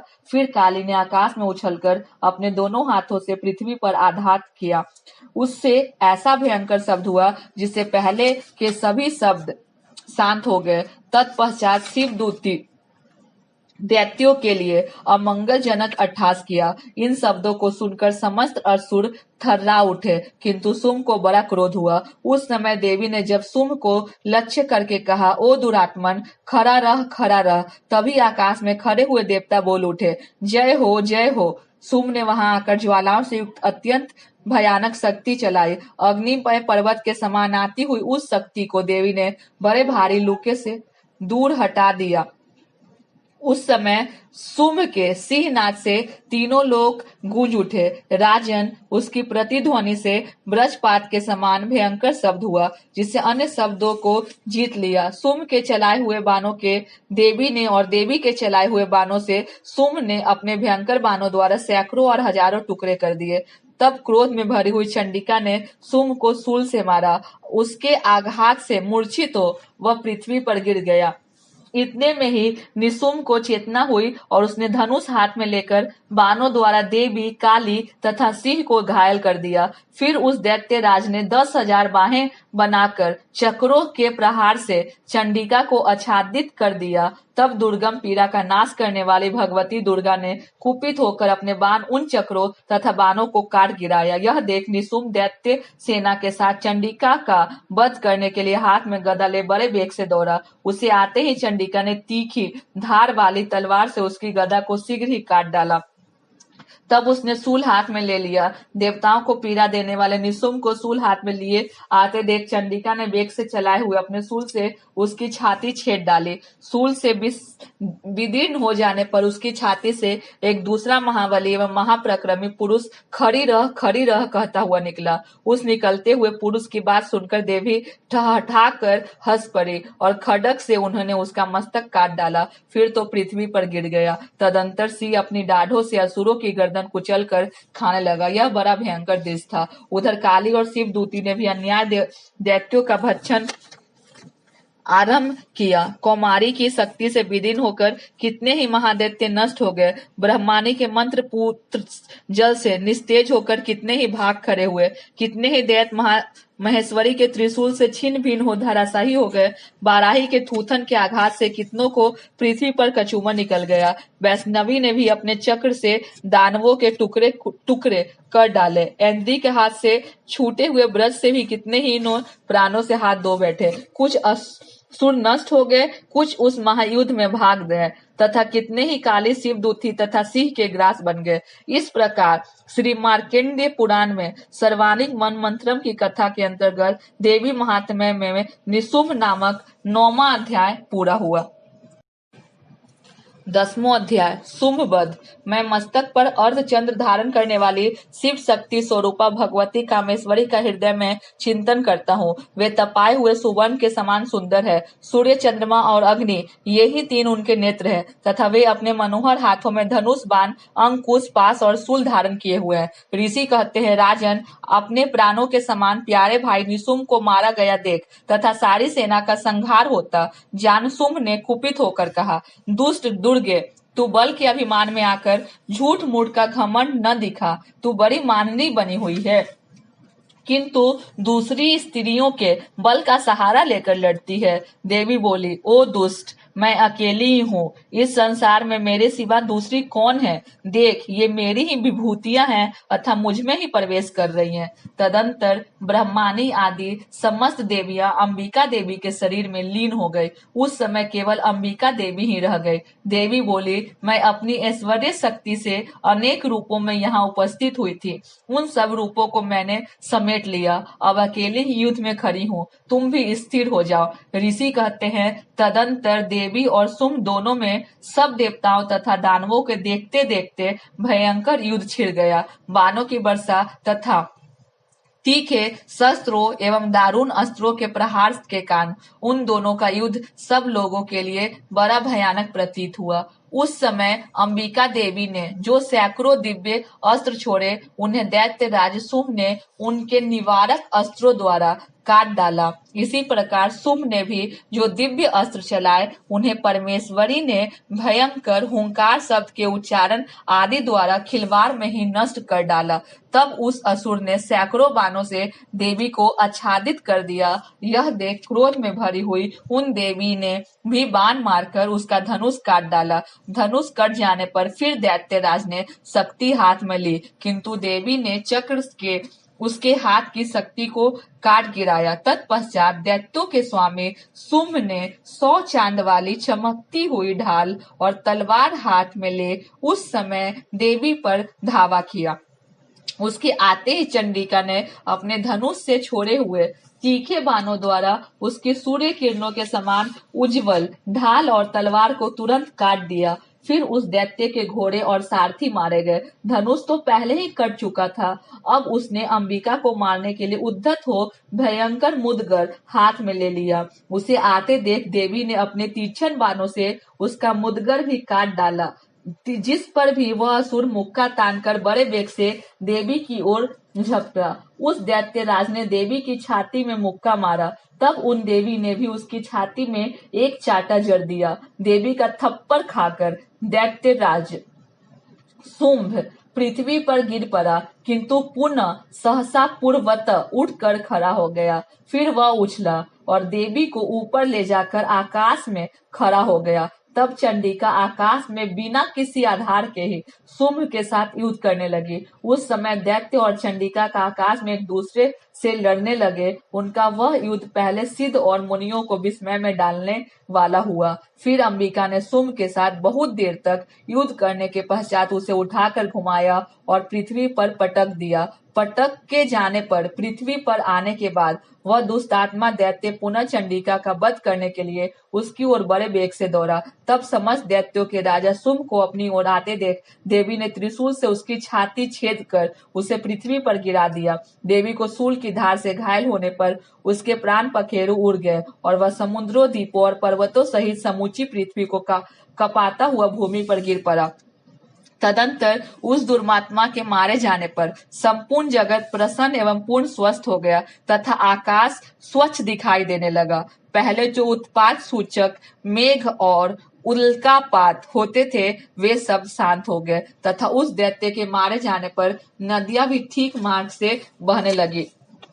उस समय शुंभ की मृत्यु के बाद संपूर्ण देवताओं का हृदय हर्ष से भर गया और गंधर्व गण मधुर गीत गाने लगे। दूसरे गंधर्व बाजे बजाने लगे और अप्सराएं नाचने लगे। पवित्र वायु बहने लगी, सूर्य की प्रभा उत्तम हो गई, अग्निशाला की बुझी हुई आग अपने आप प्रज्वलित हो उठी तथा संपूर्ण दिशाओं के भयंकर शब्द शांत हो गए। इस प्रकार श्री मार्कंडेय पुराण में सर्वानिक मनमंत्रम की कथा के अंतर्गत देवी महात्म्य में सुमबध नामक 10वां अध्याय पूरा हुआ। एकादशो अध्याय देवताओं द्वारा देवी की स्तुति तथा देवी द्वारा देवताओं को वरदान। मैं भुवनेश्वरी देवी का ध्यान करता हूँ। उनके श्री अंगों की आभा प्रभात काल के सूर्य के समान है और मस्तक पर चंद्रमा का मुकुट है। वे उभरे हुए स्तनों और तीनों नेत्रों से युक्त है। उनके मुख पर मुस्कान की छटा छाई हुई रहती है और हाथों में वरद, अंकुश, पास एवं अभय मुद्रा शोभा पाते हैं। ऋषि कहते हैं, देवी के द्वारा वहां महादैत्यपति सुम्न के मारे जाने पर इंद्र आदि देवता अग्नि को आगे करके उन कात्यायनी देवी की स्तुति करने लगे। उस समय अभीष्ट की प्राप्ति होने से उनके मुख कमल दमक उठे थे और उनके प्रकाश से दिशाएं भी जगमगा उठी थी। देवता बोले, शरणागत की पीड़ा दूर करने वाली देवी, हम पर प्रसन्न हो। संपूर्ण जगत की माता प्रसन्न हो। विश्वेश्वरी, विश्व की रक्षा करो। देवी, तुम ही चराचर जगत की अधीश्वरी हो। तुम इस जगत का एकमात्र आधार हो, क्योंकि पृथ्वी रूप में तुम्हारी ही स्थिति है। देवी, तुम्हारा पराक्रम उल्लंघनीय है। तुम भी जल रूप में स्थित होकर संपूर्ण जगत को तृप्त करती हो। तुम अनंत बल संपन्न वैष्णवी शक्ति हो। इस विश्व की कारणभूता परामाया हो। देवी, तुम्हें इस समस्त जगत को मोहित कर रखा है। तुम्हें प्रसन्न होने पर इस पृथ्वी पर मोक्ष की प्राप्ति कराती हो। देवी, संपूर्ण विधाएं तुम्हारे ही भिन्न भिन्न स्वरूप है। जगत में जितनी स्त्रियां हैं वे सब तुम्हारी ही मूर्तियां हैं। जगदम्बा, एकमात्र तुमने ही इस विश्व को व्याप्त कर रखा है। तुम्हारी स्तुति क्या हो सकती है? तुम तो स्तवन करने योग्य पदार्थों से परे एवं पराबानी हो। जब तुम सर्वस्वरूपा देवी स्वर्ग तथा मोक्ष प्रदान करने वाली हो, तब इसी रूप में तुम्हारी स्तुति हो गई। तुम्हारी स्तुति के लिए इससे अच्छी उक्तियां और क्या हो सकती हैं? बुद्धि रूप से सब लोगों के हृदय में विराजमान रहने वाली तथा स्वर्ग एवं मोक्ष प्रदान करने वाली नारायणी देवी, तुम्हें नमस्कार है। कला, काष्ठा आदि के रूप में क्रमशः परिणाम अवस्था परिवर्तन की ओर ले जाने वाली तथा विश्व का उपसंहार करने में समर्थ नारायणी, तुम्हें नमस्कार है। नारायणी, तुम सब प्रकार मंगल प्रदान करने वाली मंगलमयी हो, कल्याणदायिनी शिवा हो, सब पुरुषार्थों को सिद्ध करने वाली शरणागत वत्सला, तीनों नेत्रों वाली एवं गौरी हो।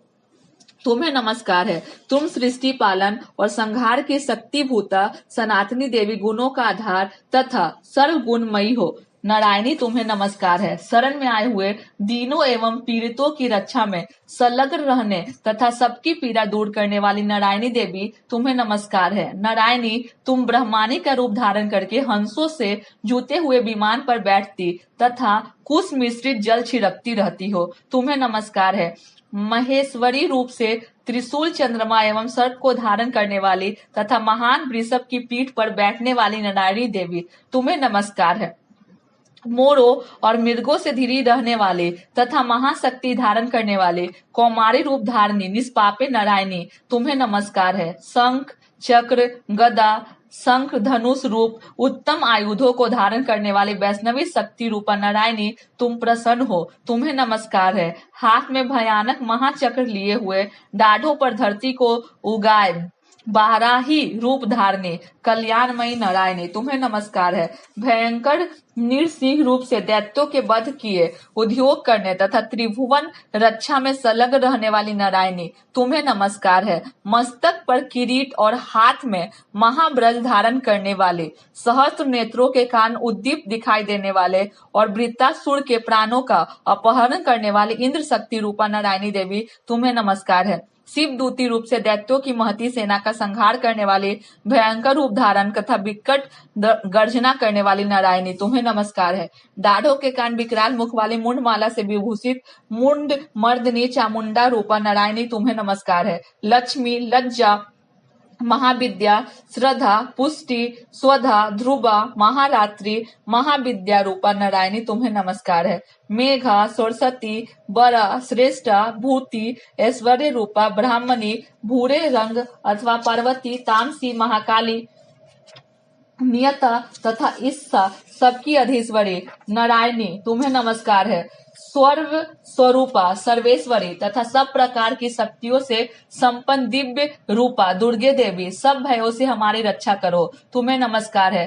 कात्यायनी यह 3 लोचनों से विभूषित तुम्हारा सौम्य मुख सब प्रकार के भयों से हमारी रक्षा करे तुम्हें नमस्कार है। भद्रकाली ज्वालाओं के कारण विकराल प्रतीत होने वाला अत्यंत भयंकर और समस्त असुरों का संहार करने वाला तुम्हारा त्रिशूल भय से हमें बचाए तुम्हें नमस्कार है। देवी जो अपने ध्वनि से संपूर्ण जगत को व्याप्त करके दैत्यों के तेज नष्ट किए देता है वह तुम्हारा घंटा हम लोगों की पापों से उसी प्रकार रक्षा करे जैसे माता अपने पुत्रों की बुरे कर्मों से रक्षा करती है। चंडी के तुम्हारे हाथों में सुशोभित खड्ग जो असुरों के रक्त और चर्बी से चर्चित है हमारा मंगल करे हम तुम्हें नमस्कार करते हैं। देवी तुम प्रसन्न होने पर सब रोग को नष्ट कर देती हो और कुपित होने पर मनोवांछित सभी कामनाओं का नाश कर देती हो। जो लोग तुम्हारे शरण में जा चुके हैं उन पर विपत्ति तो आती ही नहीं तुम्हारे शरण में गए हुए मनुष्य दूसरों को शरण देने वाले हो जाते हैं। देवी अंबिके तुमने अपने स्वरूप को अपने भागों में विभक्त करके नाना प्रकार के रूपों को इस समय इस धर्मद्रोही महादैत्यों का संहार किया है वह सब दूसरी कौन कर सकती है। विद्याओं में ज्ञान को प्रकाशित करने वाले शास्त्रों तथा आदि वाक्यों में तुम्हारे सिवा और किसका वर्णन है तथा तुमको छोड़कर दूसरी कौन ऐसी शक्ति है जो इस विश्व को अज्ञान में घोर अंधकार से परिपूर्ण ममता रूपी गड्ढे में निरंतर भटका रही हो। जहाँ राक्षस, जहाँ भयंकर विष वाले सर्प, जहाँ शत्रु, जहाँ लुटेरों की सेना और जहाँ दावा नल हो वहां तक समुद्र के बीच में साथ रहकर तुम विश्व की रक्षा करती हो। विश्वेश्वरी तुम विश्व का पालन करती हो विश्व रूपा हो इसलिए संपूर्ण विश्व को धारण करती हो। तुम भगवान विश्वनाथ की भी वंदनीय हो। जो लोग भक्ति पूर्वक तुम्हारे सामने मस्तक झुकाते हैं वे संपूर्ण विश्व को आश्रय देने वाले होते हैं। देवी प्रसन्न हो जैसे इस समय असुरों का वध करके शीघ्र ही हमारी रक्षा की है उसी प्रकार सदा हमें शत्रुओं के भय से बचाओ। संपूर्ण जगत का पाप नष्ट कर दो और उत्पात एवं पापों के फल स्वरूप प्राप्त होने वाली महामारी आदि बड़े बड़े उपद्रवों को शीघ्र दूर करो। विश्व की पीड़ा दूर करने वाली देवी हम तुम्हारे चरणों पर पड़े हुए हैं हम पर प्रसन्न हो।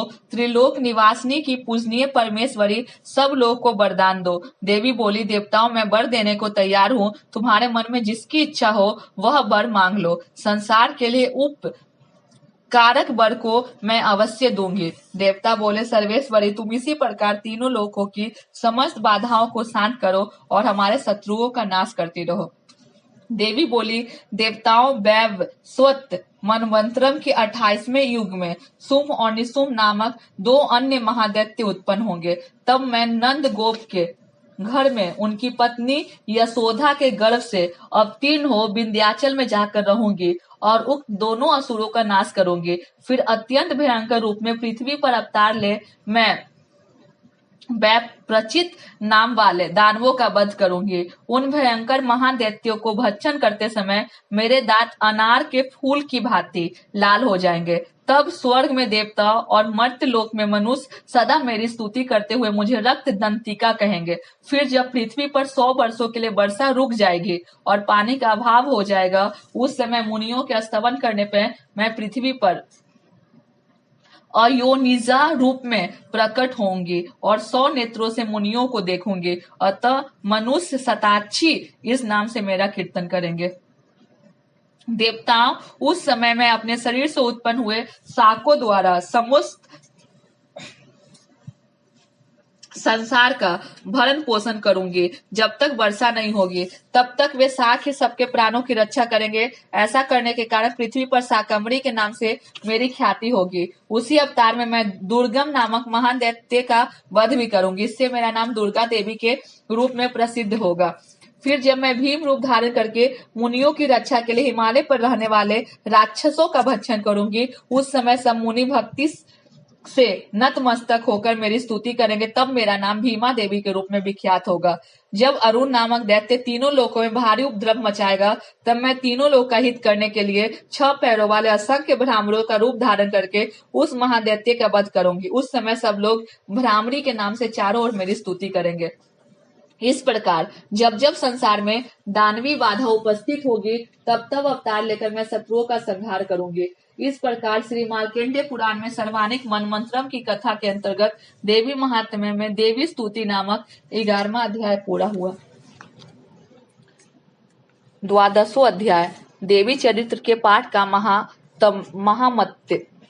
मैं तीनों नेत्र वाली दुर्गा देवी का ध्यान करता हूँ। उनके श्री अंगों की प्रभा बिजली के समान है। वे सिंह के कंधे पे बैठी हुई भयंकर प्रतीत होती हैं। हाथों में तलवार और ढाल लिए अनेक कन्याएं उनकी सेवा में खड़ी हैं। वे अपने हाथों में चक्र, गदा, तलवार, ढाल, बाण, धनुष, पास और तर्जनी मुद्रा धारण किए हुए हैं। उनका स्वरूप अग्निमय है तथा वे माथे पर चंद्रमा का मुकुट धारण करती हैं। देवी बोली, देवताओं जो एकाचित होकर प्रतिदिन इन स्तुतियों में मेरा स्तवन करेगा, उसकी सारी बाधा मैं निश्चित ही दूर कर दूंगी। जो मधु कैटव का नाश, महिषासुर का वध तथा शुंभ निशुंभ के संहार के प्रसंग का पाठ करेंगे तथा अष्टमी, चतुर्दशी और नवमी को भी एकाकृत होकर भक्ति पूर्वक मेरे उत्तम महात्म्य श्रवण करेंगे, उन्हें कोई पाप नहीं छू सकेगा। उन पर पाप जनिक आपत्तियां भी नहीं आएगी। उनके घर में कभी दरिद्रता नहीं होगी और उनको कभी प्रेमी जनों के बिछोह का कष्ट भी नहीं भोगना पड़ेगा। इतना ही नहीं, उन्हें शत्रु से, लुटेरों से, राजा से, शस्त्र से, अग्नि से तथा जल की शशि से कभी भय नहीं होगा। इसलिए सबको एकाचित होकर भक्ति पूर्वक मेरे इस महात्म्य को सदा पढ़ना और सुनना चाहिए। यह परम कल्याण कारक है। मेरा महात्म्य महामारी जनित समस्त उपद्रवों एवं अत्याधुनिक आदि तीनों प्रकार के उत्पादों को शांत करने वाला है। मेरे जिस मंदिर में प्रतिदिन विधि पूर्वक मेरे इस महात्म्य का पाठ किया जाता है, उस स्थान को मैं कभी नहीं छोड़ती। वहां मेरा सदा ही सानिध्यान बना रहता है। बलिदान, पूजा, होम तथा महोत्सव के अवसरों पर मेरे इस चरित्र का पूरा पाठ और श्रवण करना चाहिए। ऐसा करने पर मनुष्य विधि को जानकर या बिना जाने भी मेरे लिए जो बलि, पूजा या होम आदि करेगा, उसे मैं बड़ी प्रसन्नता के साथ ग्रहण करूंगी। शरत काल में जो वार्षिक महापूजा की जाती है, उस अवसर पर जो मेरे इस महात्म्य को भक्ति पूर्वक सुनेगा, वह मनुष्य मेरे प्रसाद से सब बाधाओं से मुक्त तथा धन, धान्य एवं पुत्र से संपन्न होगा। इसमें तनिक भी संदेह नहीं है। मेरे इस महात्म्य, मेरे प्रादुर्भाव की सुंदर गाथाएं तथा युद्ध में किए हुए मेरा पराक्रम सुनने से मनुष्य निर्भय हो जाता है। मेरे महात्म्य का श्रवण करने वाले पुरुषों के शत्रु नष्ट हो जाते हैं, उन्हें कल्याण की प्राप्ति होती है तथा उनका कुल आनंदित रहता है। सर्वत्र शांति, कर्म में बुरे स्वप्न दिखाई देने पर तथा ग्रह जनित भयंकर पीड़ा उपस्थित होने पर मेरा महात्म्य श्रवण करना चाहिए। इससे सब विघ्न तथा भयंकर ग्रह पीड़ाएं शांत हो जाती है तथा मनुष्यों द्वारा देखा हुआ दुस्वप्न शुभ स्वप्न में परिवर्तित हो जाता है। बाल ग्रहों से आक्रांत हुए बालकों के लिए यह महात्म्य शांति कारक है तथा मनुष्यों के संगठन में फूट होने पर यह अच्छी प्रकार मित्रता कराने वाला होता है। यह महात्म्य समस्त दुराचारियों के बल का नाश करने वाला है। इसके पाठ मात्र से राक्षसों, भूतों और पिशाचों का नाश हो जाता है। मेरा यह सब महात्म्य मेरे समीपत्व की प्राप्ति करने वाला है। सम्यक प्रकार पुष्प, अर्घ, धूप, दीप, गंध आदि उत्तम सामग्री द्वारा पूजन करने से करने से, ब्राह्मणों को भोजन कराने से, होम करने से, प्रतिदिन अभिषेक करने से, नाना प्रकार के अन्न भोगों का अर्पण करने से तथा दान देने आदि से 1 वर्ष तक जो मेरी आराधना की जाती है और उससे मुझे जितनी प्रसन्नता होती है उतनी प्रसन्नता मेरे इस उत्तम चरित्र का 1 बार श्रवण करने मात्र से हो जाती है। यह महात्म्य श्रवण करने पर पापों को हर लेता और आरोग्य प्रदान करता है। मेरे प्रादुर्भाव का कीर्तन समस्त भूतों से रक्षा करता है तथा मेरा युद्ध विषयक चरित्र दुष्ट दैत्यों का संहार करने वाला है। इसके श्रवण करने पर मनुष्यों को शत्रु का भय नहीं रहता। देवताओं, तुमने और ब्रह्मर्षियों ने जो मेरी स्तुतियां की हैं तथा ब्रह्मा जी ने जो स्तुतियां की हैं वह सब कल्याणमयी बुद्धि प्रदान करती हैं। वन में, सूने मार्ग में अथवा दावा नल से घिर जाने पर, निर्जन स्थान में लुटेरों के दाव में पड़ जाने पर, शत्रुओं के पकड़े जाने पर अथवा जंगल में सिंह, व्याघ्र या जंगली हाथियों के पीछा करने पर, कुपित राजा के आदेश से बंध या बंधन के स्थान में ले जाए जाने पर अथवा महासागर में नाव पर बैठने के बाद भारी तूफान से नाव के डगमग होने पर और अत्यंत भयंकर युद्ध में शस्त्रों का प्रहार होने पर अथवा वेदना से पीड़ित होने पर कि बहुना सभी भयानक बाधाओं से उपस्थित होने पर जो मेरे इस चरित्र का स्मरण करता है वह मनुष्य संकट से मुक्त हो जाता है। मेरे प्रभाव से सिंह आदि हिंसक जंतु नष्ट हो जाते हैं तथा लुटेरे और शत्रु भी मेरे चरित्र का स्मरण करने वाले पुरुष दूर भागते हैं। ऋषि कहते हैं, यूं कहकर प्रचंड पराक्रम वाली भगवती चंडिका सब देवताओं के देखते देखते वहीं अंतर ध्यान हो गए। फिर समस्त देवता भी शत्रुओं के मारे जाने से निर्भय हो पहले की भांति यज्ञ भाग का उपभोग करते हुए अपने अपने अधिकार का पालन करने लगे। संसार का विध्वंस करने वाले महाभयंकर अतुल पराक्रमी देव शत्रु सुम तथा महाबली निशुम के युद्ध में देवी द्वारा मारे जाने पर शेष दैत्य पाताल लोक में चले आए। राजन, इस प्रकार भगवती अंबिका देवी नित्य होती हुई पुनः पुनः प्रकट होकर जगत की रक्षा करती है। वे ही इस विश्व को मोहित करती, वे ही जगत को जन्म देती तथा वही प्रार्थना करने पर संतुष्ट हो विज्ञान एवं समृद्धि प्रदान करती है। राजन, महाप्रलय के समय महामारी का स्वरूप धारण करने वाली महाकली ही समस्त ब्रह्मांड में व्याप्त है। वही समय समय पर महामारी होती और वही स्वयं अजन्मा होती हुई सृष्टि के रूप में प्रकट होती है। वे सनातनी देवी ही समयानुसार संपूर्ण भूतों की रक्षा करती है। मनुष्यों की अभुदैष के समय ही घर में लक्ष्मी के रूप में स्थित हो उन्नति प्रदान करती है और वही अभाव के समय दरिद्रता बनकर विनाश का कारण होती है। पुष्प, धूप और गंध आदि के पूजन करके उनकी स्तुति करने पर वे धन, पुत्र, धार्मिक बुद्धि तथा उत्तम गति प्रदान करती है। इस प्रकार श्री मार्कंडेय पुराण में सर्वनानिक मनमंत्रम की कथा के अंतर्गत देवी महात्म्य में फल स्तुति नामक 12वां अध्याय पूरा हुआ। 13वां अध्याय, सूरत और वैश्य को देवी का वरदान। जो उदय काल के सूर्य मंडल की कांति धारण करने वाली है, जिनके 4 भुजाएं और 3 नेत्र है तथा जो अपने हाथों में पास, अंकुश, बर एवं अभय की मुद्रा धारण किए रहती है, उन शिवा देवी को मैं ध्यान करता हूँ। ऋषि कहते हैं, राजन, इस प्रकार मैंने तुमसे देवी के उत्तम महात्म्य का वर्णन किया जो इस जगत को धारण करती है। उन देवी का ऐसा ही प्रभाव है, वे ही विद्या ज्ञान उत्पन्न करती हैं। भगवान विष्णु की माया स्वरूपा उन भगवती के द्वारा ही तुम ये वैश्व तथा अन्याय विवेकी जन मोहित होते हैं, मोहित हुए हैं तथा आगे भी मोहित होंगे। महाराज, तुम उन्हीं परमेश्वरी की शरण में जाओ। आराधना करने पे वे ही मनुष्यों की भोग, स्वर्ग तथा मोक्ष प्रदान करती है। मार्कंडेय जी कहते हैं, कौष्ट कीजिए। मेघा मुनि के ये वचन सुनकर राजा सूरत ने उत्तम व्रत का पालन करने वाले उन महाभाग महर्षि को प्रणाम किया। वे अत्यंत ममता और राज्य परायण में बहुत खीन हो चुके थे। महामुनि इसलिए विरक्त होकर वे राजा तथा वैश्य तत्काल तपस्या को चले गए और वे जगदम्बा के दर्शन के लिए नदी के तट पर रहकर तपस्या करने लगे। वे वैश्य उत्तम देवी सूत का जप करते हुए तपस्या में प्रवृत्त हुए। वे दोनों नदी के तट पर देवी की मिट्टी की मूर्ति बनाकर पुष्प, धूप और हवन आदि से उनकी आराधना करने लगे। उन्होंने पहले तो आहार को धीरे धीरे कम किया फिर बिल्कुल निराहार रहकर देवी को मन में लगाए एकाग्रता पूर्वक उनकी चिंतन आरंभ किया। वे दोनों अपने शरीर के रक्त से प्रोचित बलि देते हुए लगातार 3 वर्ष तक संयम पूर्वक आराधना करते रहे। इस पर प्रसन्न होकर जगत को धारण करने वाली चंडिका देवी ने प्रत्यक्ष दर्शन देकर कहा। देवी बोली, राजन तथा अपने कुल को आनंदित करने वाले वैश्य, तुम लोग जिस वस्तु की अभिलाषा रखते हो वह मुझसे मांगो, मैं संतुष्ट हूँ, अतः तुम्हें वह सब कुछ दूंगी। मार्कंडेय जी कहते हैं, तब राजा ने दूसरे जन्म में नष्ट न होने वाला राज्य मांगा तथा इस जन्म में भी शत्रुओं की सेना को बलपूर्वक नष्ट करके पुनः अपना राज्य प्राप्त कर लेने का वरदान मांगा।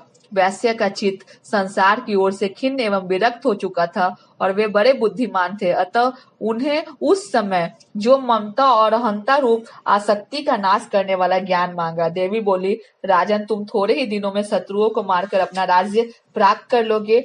अब वह तुम्हारा राज्य स्थिर रहेगा। फिर मृत्यु के पश्चात तुम भगवान सूर्य के अंश से जन्म लेकर इस पृथ्वी पर सर्वानिक मनु के नाम से विख्यात होगे।